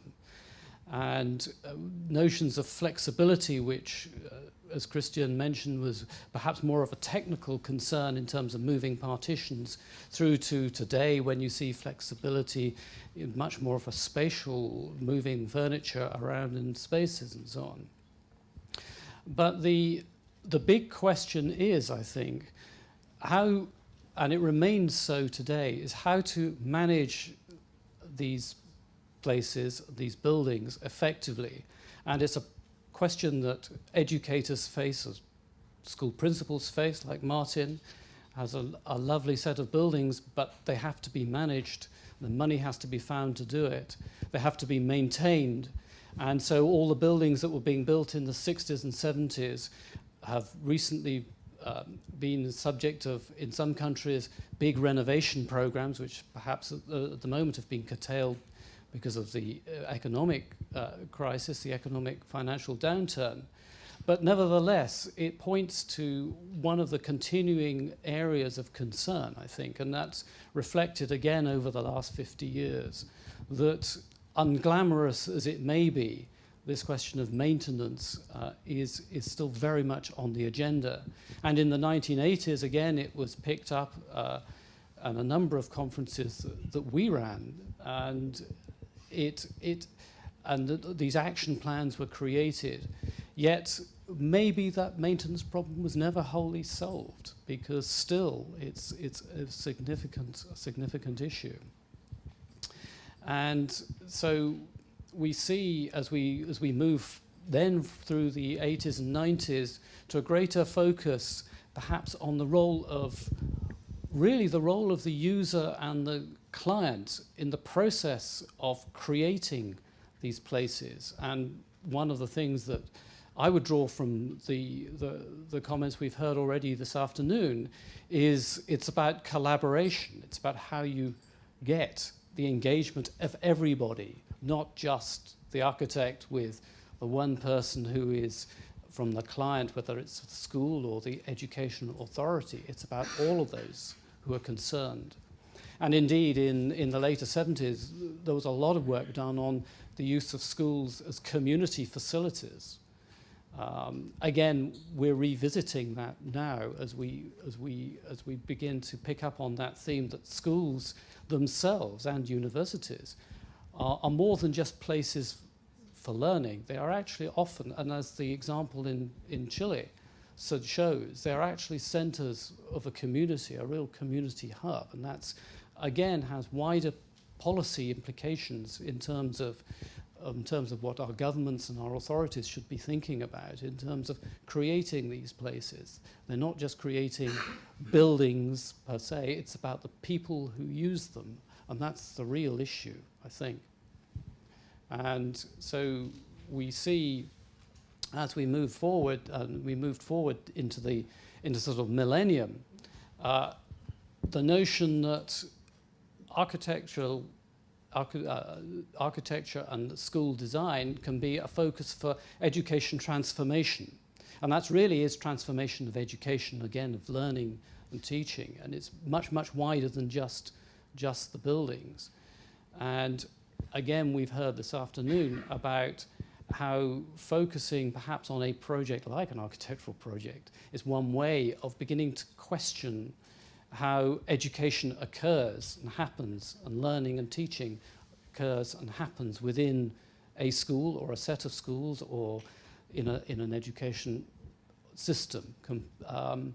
And so the process maybe of creating educational buildings, whether it's preschool buildings, whether it's secondary schools, primary schools, and whether it's higher education and universities, is as much a process about understanding of the activities and how those people use those buildings, which is really what the buildings are there to support. They're there to support the user, and that again comes across all the way through the work that we've seen over the last 50 years, 40 years that the program has done, but 50 years really of the OECD.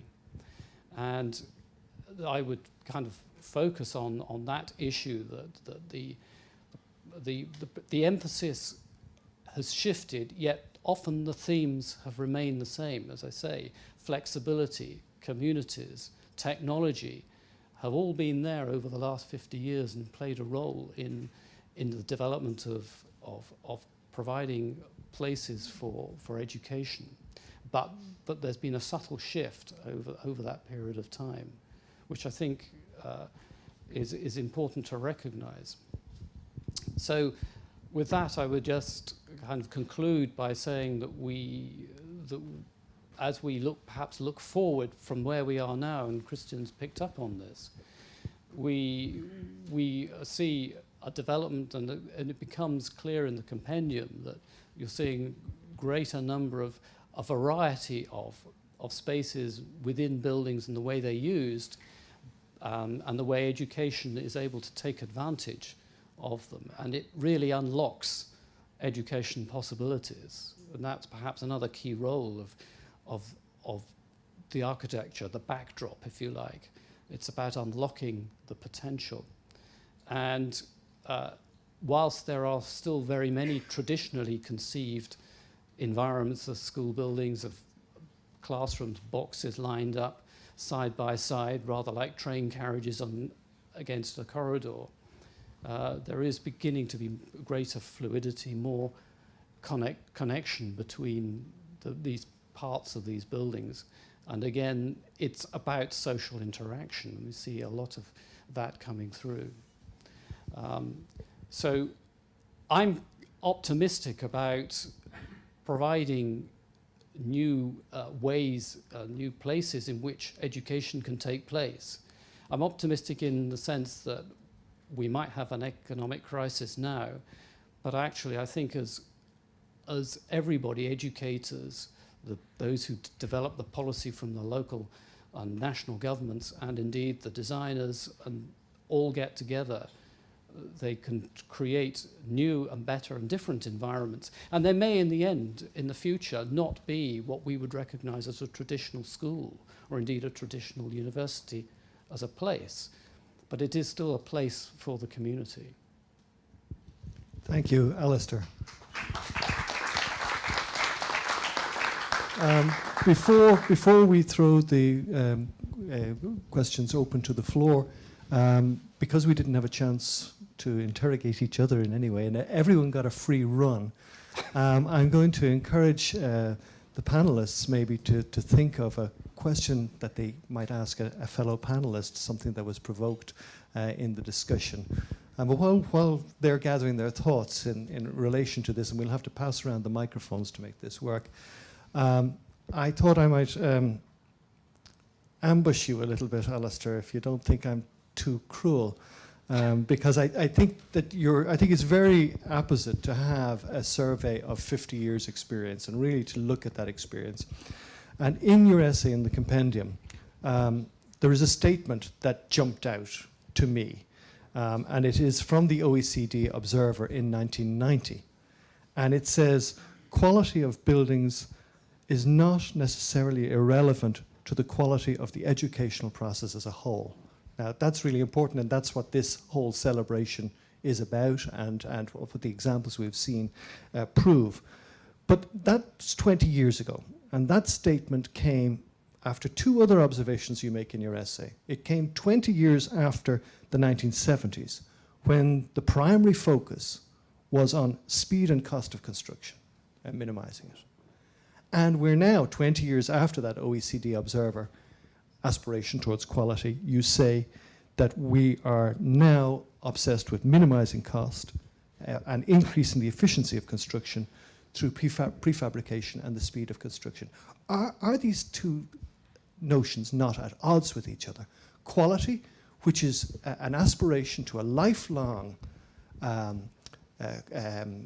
quality of a characteristic of a school environment or an educational environment, and the focus on minimizing the initial construction cost that seems to have been a failure in the 1970s, but seems to be back with us again now. What would your reaction to that be? Yes, I think one's got to be very careful when one talks about minimizing the construction cost, and in absolute terms, yes, you could say that that would be anti-quality, because people might say, well, we just take out those aspects of the environment that add quality, whether it's the particular finishes of the building or whether it's some attributes of the building. I think it's much more important to talk about the value of what we're producing, and cost in terms of getting better value, and how you manage that value. In other words, not wasting the money, but actually putting it to good, effective use. Clearly the pressure is on now to still provide environments which have to be maintained and built, but for as little money as possible. But that needs to be measured against, well, what's the value, the greater value of what we're producing, and how do we measure it? And that is still a really big issue, because we're trying to measure quality. Or how do we measure quality? It is, in a sense, qualitative rather than quantitative. It's not always so easy to measure. Yet we get indications from the sort of comments that we've seen on these videos that maybe quality is about a feeling that you get in the building, that people are happy, they're comfortable, they are inspired. So some of these issues are not easy to measure, but I think it's very much still an issue of quality. And I think with quality, of a good quality of building, you do still get, or could get, a good quality of education. I think there is a linkage between the two.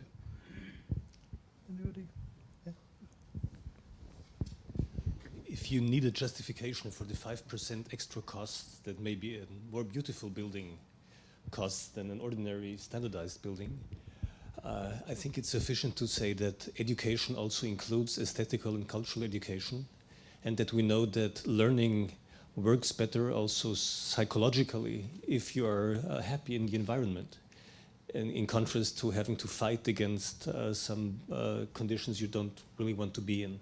So it's easy to find these 5%, and if you want more justification, you were mentioning the construction costs versus the life cycle costs.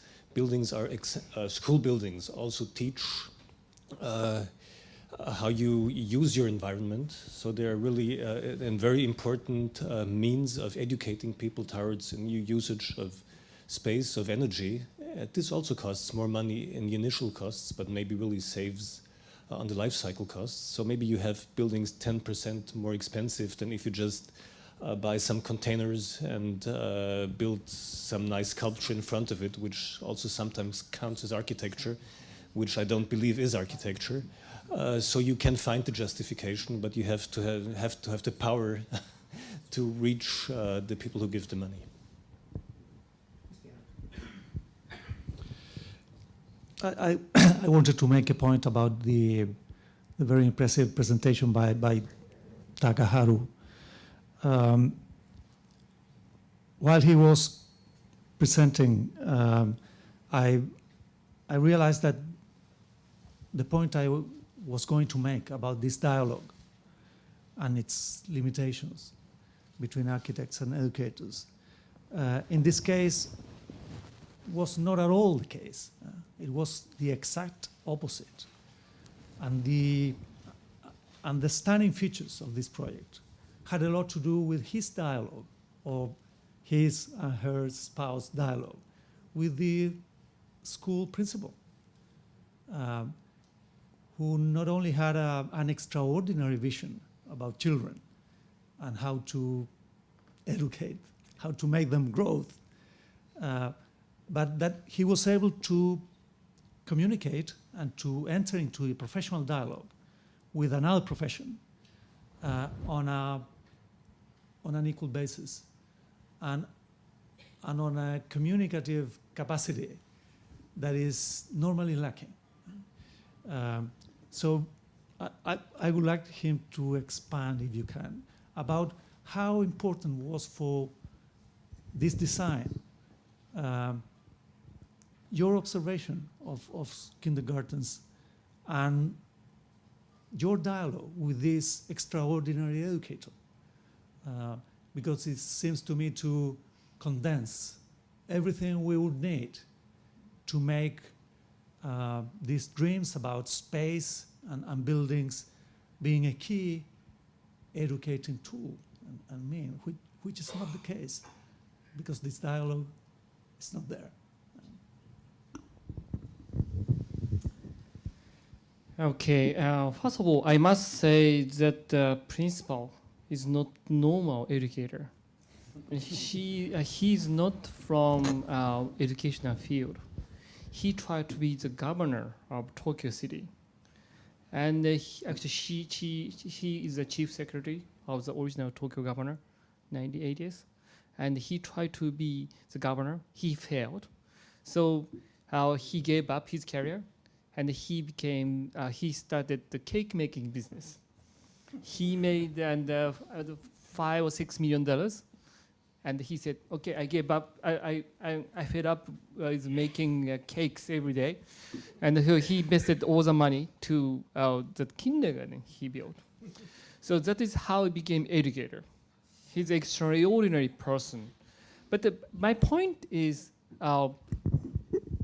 being amateur is a very important thing. You know, he said, what's the quality? It's quite simple. If people smiles in the building, that is a quality. And it's quite easy to understand. And when you build a building for children, right, what you need to do is how you can be one of them. And always my students ask me, my architecture students ask me, how can you make such interesting, funny buildings for children? And how can I do that? And I said, okay, if you want to understand the children, make one, you understand. And some students said, okay, I'm designing a prison for And said, okay, okay, you should break into the jewelry store. You understand? But I think like that, you know, and you know, it's not so difficult thing to think about, you know. Just you need to be one of them, and if when we designed the kindergarten, we became the teacher for a week. And I try to understand it. That is the most important thing, I think. That's the quality. And it can, and also I must say the building is not expensive at all. But did the teacher become the architect for a week? Maybe it's a good idea.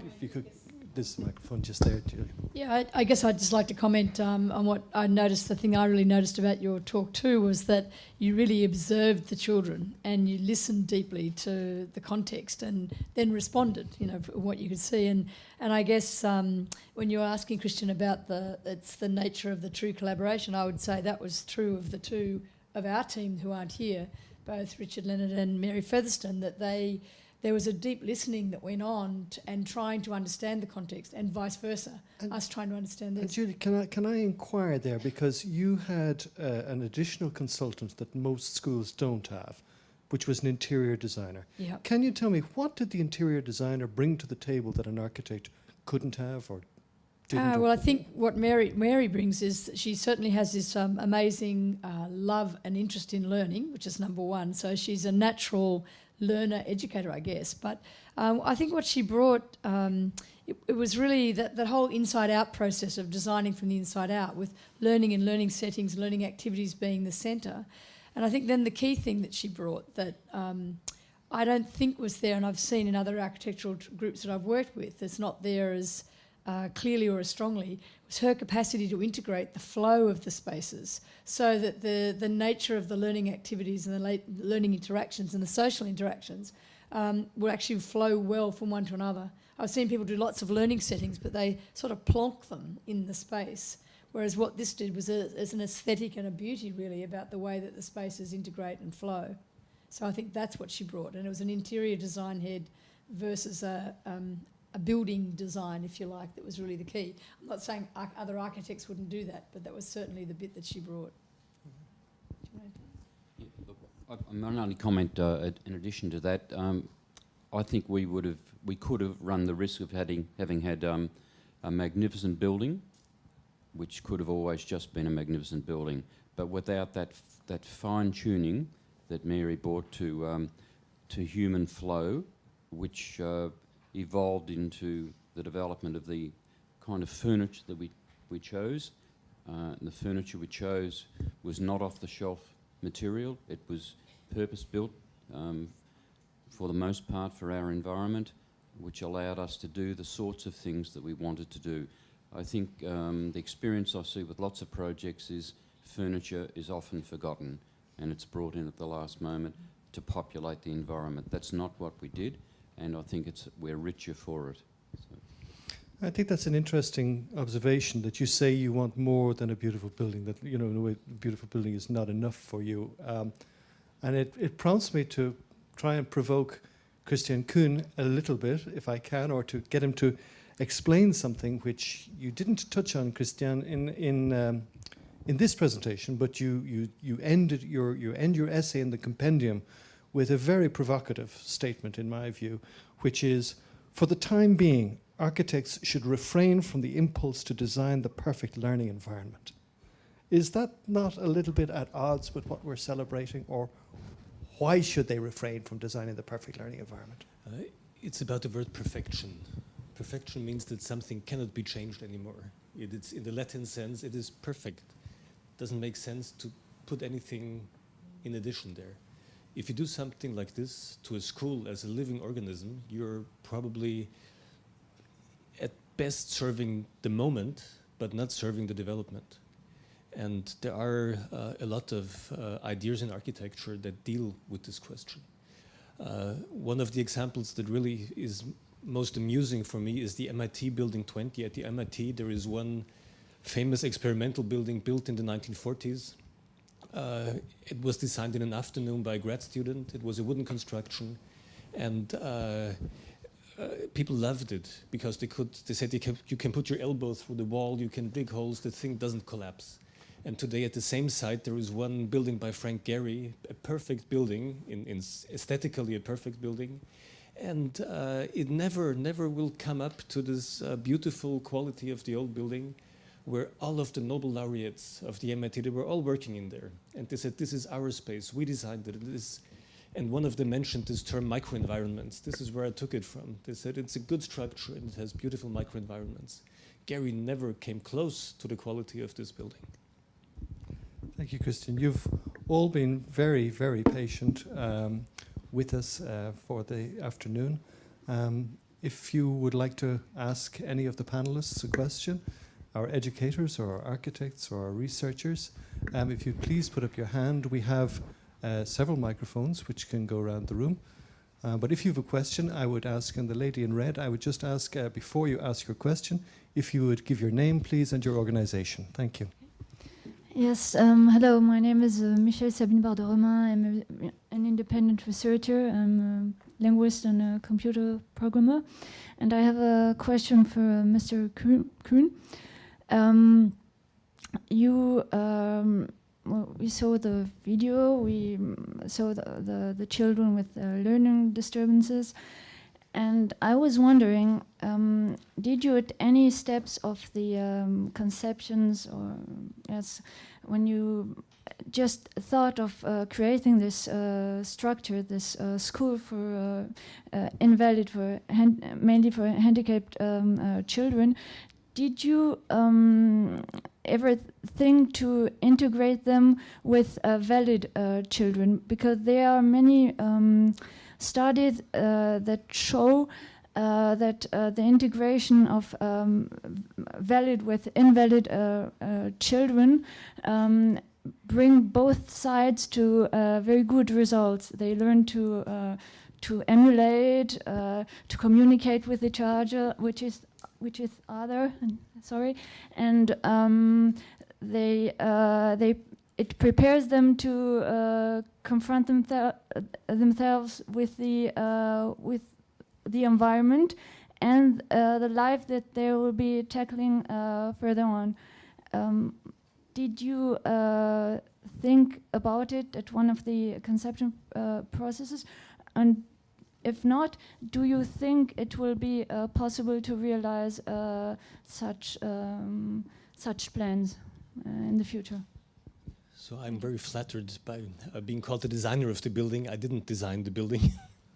I would have loved to, but there are other architects. The question is not a question to architecture. Actually, it is a question to the headmaster of the school, who is in the audience. And I talked to her exactly about the same question before the presentation. And she knows about this idea that integration would mean to have all these children spread to normal schools. But I will just quote her, and you can talk with her after the event. She said there are so many horrible stories in this school, so many problems in this place. And you saw the Snöselen room, and you saw all the effort that is put into the children, that she is really not sure if it is possible to give these children the same treatment if you integrate them into normal schools. There is an ongoing discourse in Austria on the question. Austria has signed the United Nations Charter, which would actually mean to get rid of all those special schools. And it is an ongoing discussion because many people who are very deep in the field are not convinced that for at least a certain group of those children with special needs, integration into normal schools would be a good solution. But maybe the educators here have other opinions on this. Anybody else? Over here at the man in white. And your name, please, and organisation. Yes, my name is Mark Stokes. I'm from the UK. Until March of this year, I was a police officer, but because of the financial cuts in the UK, which you're probably aware of, I was made redundant along with another 300 of my colleagues. For the last 20 years of my service, I specialised in a concept called designing out crime, a form of crime prevention. I'm a little bit concerned that there's been no mention this afternoon about the safety and security of children in a learning environment. I would have thought that of all structures within the built environment, a school environment is the one where most of us would consider that safety and security were foremost, especially in view of the all too well-known instances of usually some narcissistic lunatic with a firearm that's gone berserk in these environments around the world. Any comments on that, please? Before I pass to the panel who are more expert than I must apologise that is my error. When I was introducing the compendium, I had intended to say that there were 4 criteria which the international jury applied to the selection of the 60 buildings in the compendium. And they were innovative design, fitness for purpose, sustainability and safety. And safety would range from bullying to terrorism to earthquake design in earthquake zones of all sorts. And I should have mentioned that. But the jury do say that it was not mandatory that an exemplary quality in each of the 4 categories was reached for a building to be included in the compendium. That if they demonstrated outstanding characteristics for 1 or 2 of these, that they could then be included for that reason. But on the general issue of safety, perhaps Martin, as a headmaster, I think you'd be the most appropriate. Thank you, Shane. I can only comment on my own environment. I work in a difficult environment, a local government area that is represented on all statistics as an area in which high levels of crime, drug addiction, family disruption and so forth are very evident. But the experience of our school is, I suppose, unusual in terms of its safety. Whilst we're conscious of safety issues, it is not our belief that fences, gates, guards and cameras are the method that we guarantee student safety. What is that works for us is our management system in our school, the personnel concerned. It is also the work we do with students and young people to work through levels of support for them, understanding of their own issues. We have a very strong wellbeing program in our school. We have a terrific level of family support. Having said that, though, we do have issues from time to time with difficult situations with parents, but by no means do we have crisis or critical situations, touch wood, at this stage. We've had the odd bomb threat. We have strategies for dealing with that, but at the moment, I would not want to go down the direction of higher levels of security. We work very closely with local police, very, very closely indeed, but fortunately our school environment is a little bit of an island, I think, of aspiration, safety, security and comfort for young people. It is well regarded by the community. We have very, very, very low levels of vandalism and damage to our environment, and I think it's the way we expect things to be within our community. Doesn't pervade the whole community in all public service sectors, but it's the story for our school. Maybe we're lucky. I'd just like to add, from the internal safety side of the school, a lot of thought was given to the design of where lockers went, for example, and sort of like the freedom. I think it was Takahara who talked about taking off the walls and the freedom that comes and the lack of bullying perhaps in the school that you were talking about. And the similar thing when there's a free movement that the students have and the human-sized groups that are there in terms of the community. The internal safety and security, I think, is incredible at Dandenong. And I guess the challenge then, though, is the external security. Actually, we had a very long discussion about the safety. Is okay? Yeah, safety of that kindergarten, and the safety was a very important issue. And we had a long discussion, and we realized that terrorism of the school always happened behind very high wall. It's true around the world. In Japan, there was a very serious crime. A crazy man came into very famous elementary school and the guy stabbed many children, and all many of them were killed, and they couldn't escape because it happened behind very high wall. And quite similar thing can be told in the crime terms happened in universities in United States. And so when we designed that kindergarten, we tried to build a fence which is about 1.2 meter tall. And when something happens, they can squash the fence down and they can escape. But if somebody wants to come in, they can't climb up the fence. They have to knock down the fence so they can hear what's going on. So I think being a part of society, we thought being a part of society is the best way to avoid the terrorism. That was about terrorism, about safety issue, and we had discussion. We have a very big a window with a big sheet of glass, and the children might bump into. And but the principal said, "Should be okay. Let's see. If somebody starts bumping into, we put just the stickers on." And we have 640 children, and coming into school, and the building is already 4 years old. No accident happened, and just our site supervisor of the construction bumped into. That was only one incident happened. So I think we underestimating children. These days, many people are trying to do as many things they can do, so that they can say we did everything we could do. If anything happens, it's not my responsibility. I think that is all boring thing happens. So when we said, okay, in the discussion we said, okay, we do whatever we think best for the education. Then we point out our serious danger, critical thing happens, and then we improve it one by one. Or we try to find out the danger it might happen in the future. So I think just how we start dealing with safety issue. We don't start from safety. We do the best for the education, and then we make sure nothing happens. That's fantastic. We're just on time.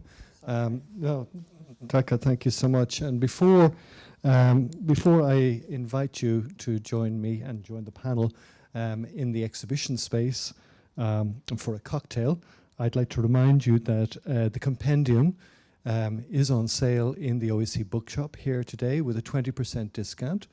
And for those who've been watching on the webcast online, it's available through the OECD website. Let's not forget the children. We shouldn't underestimate the children. We're not going to forget the children, because also in the exhibition outside, we're going to see a special video of the Fuji Kindergarten made by the children themselves, and it's really something quite special. So please don't miss that when you go out.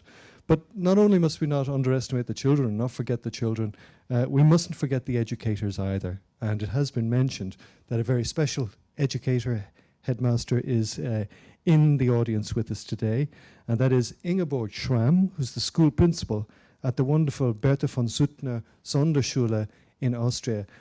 Can you please all recognize Ingeborg as a representative, here as a representative of educators everywhere for these 60 buildings. Thank you, Ingeborg.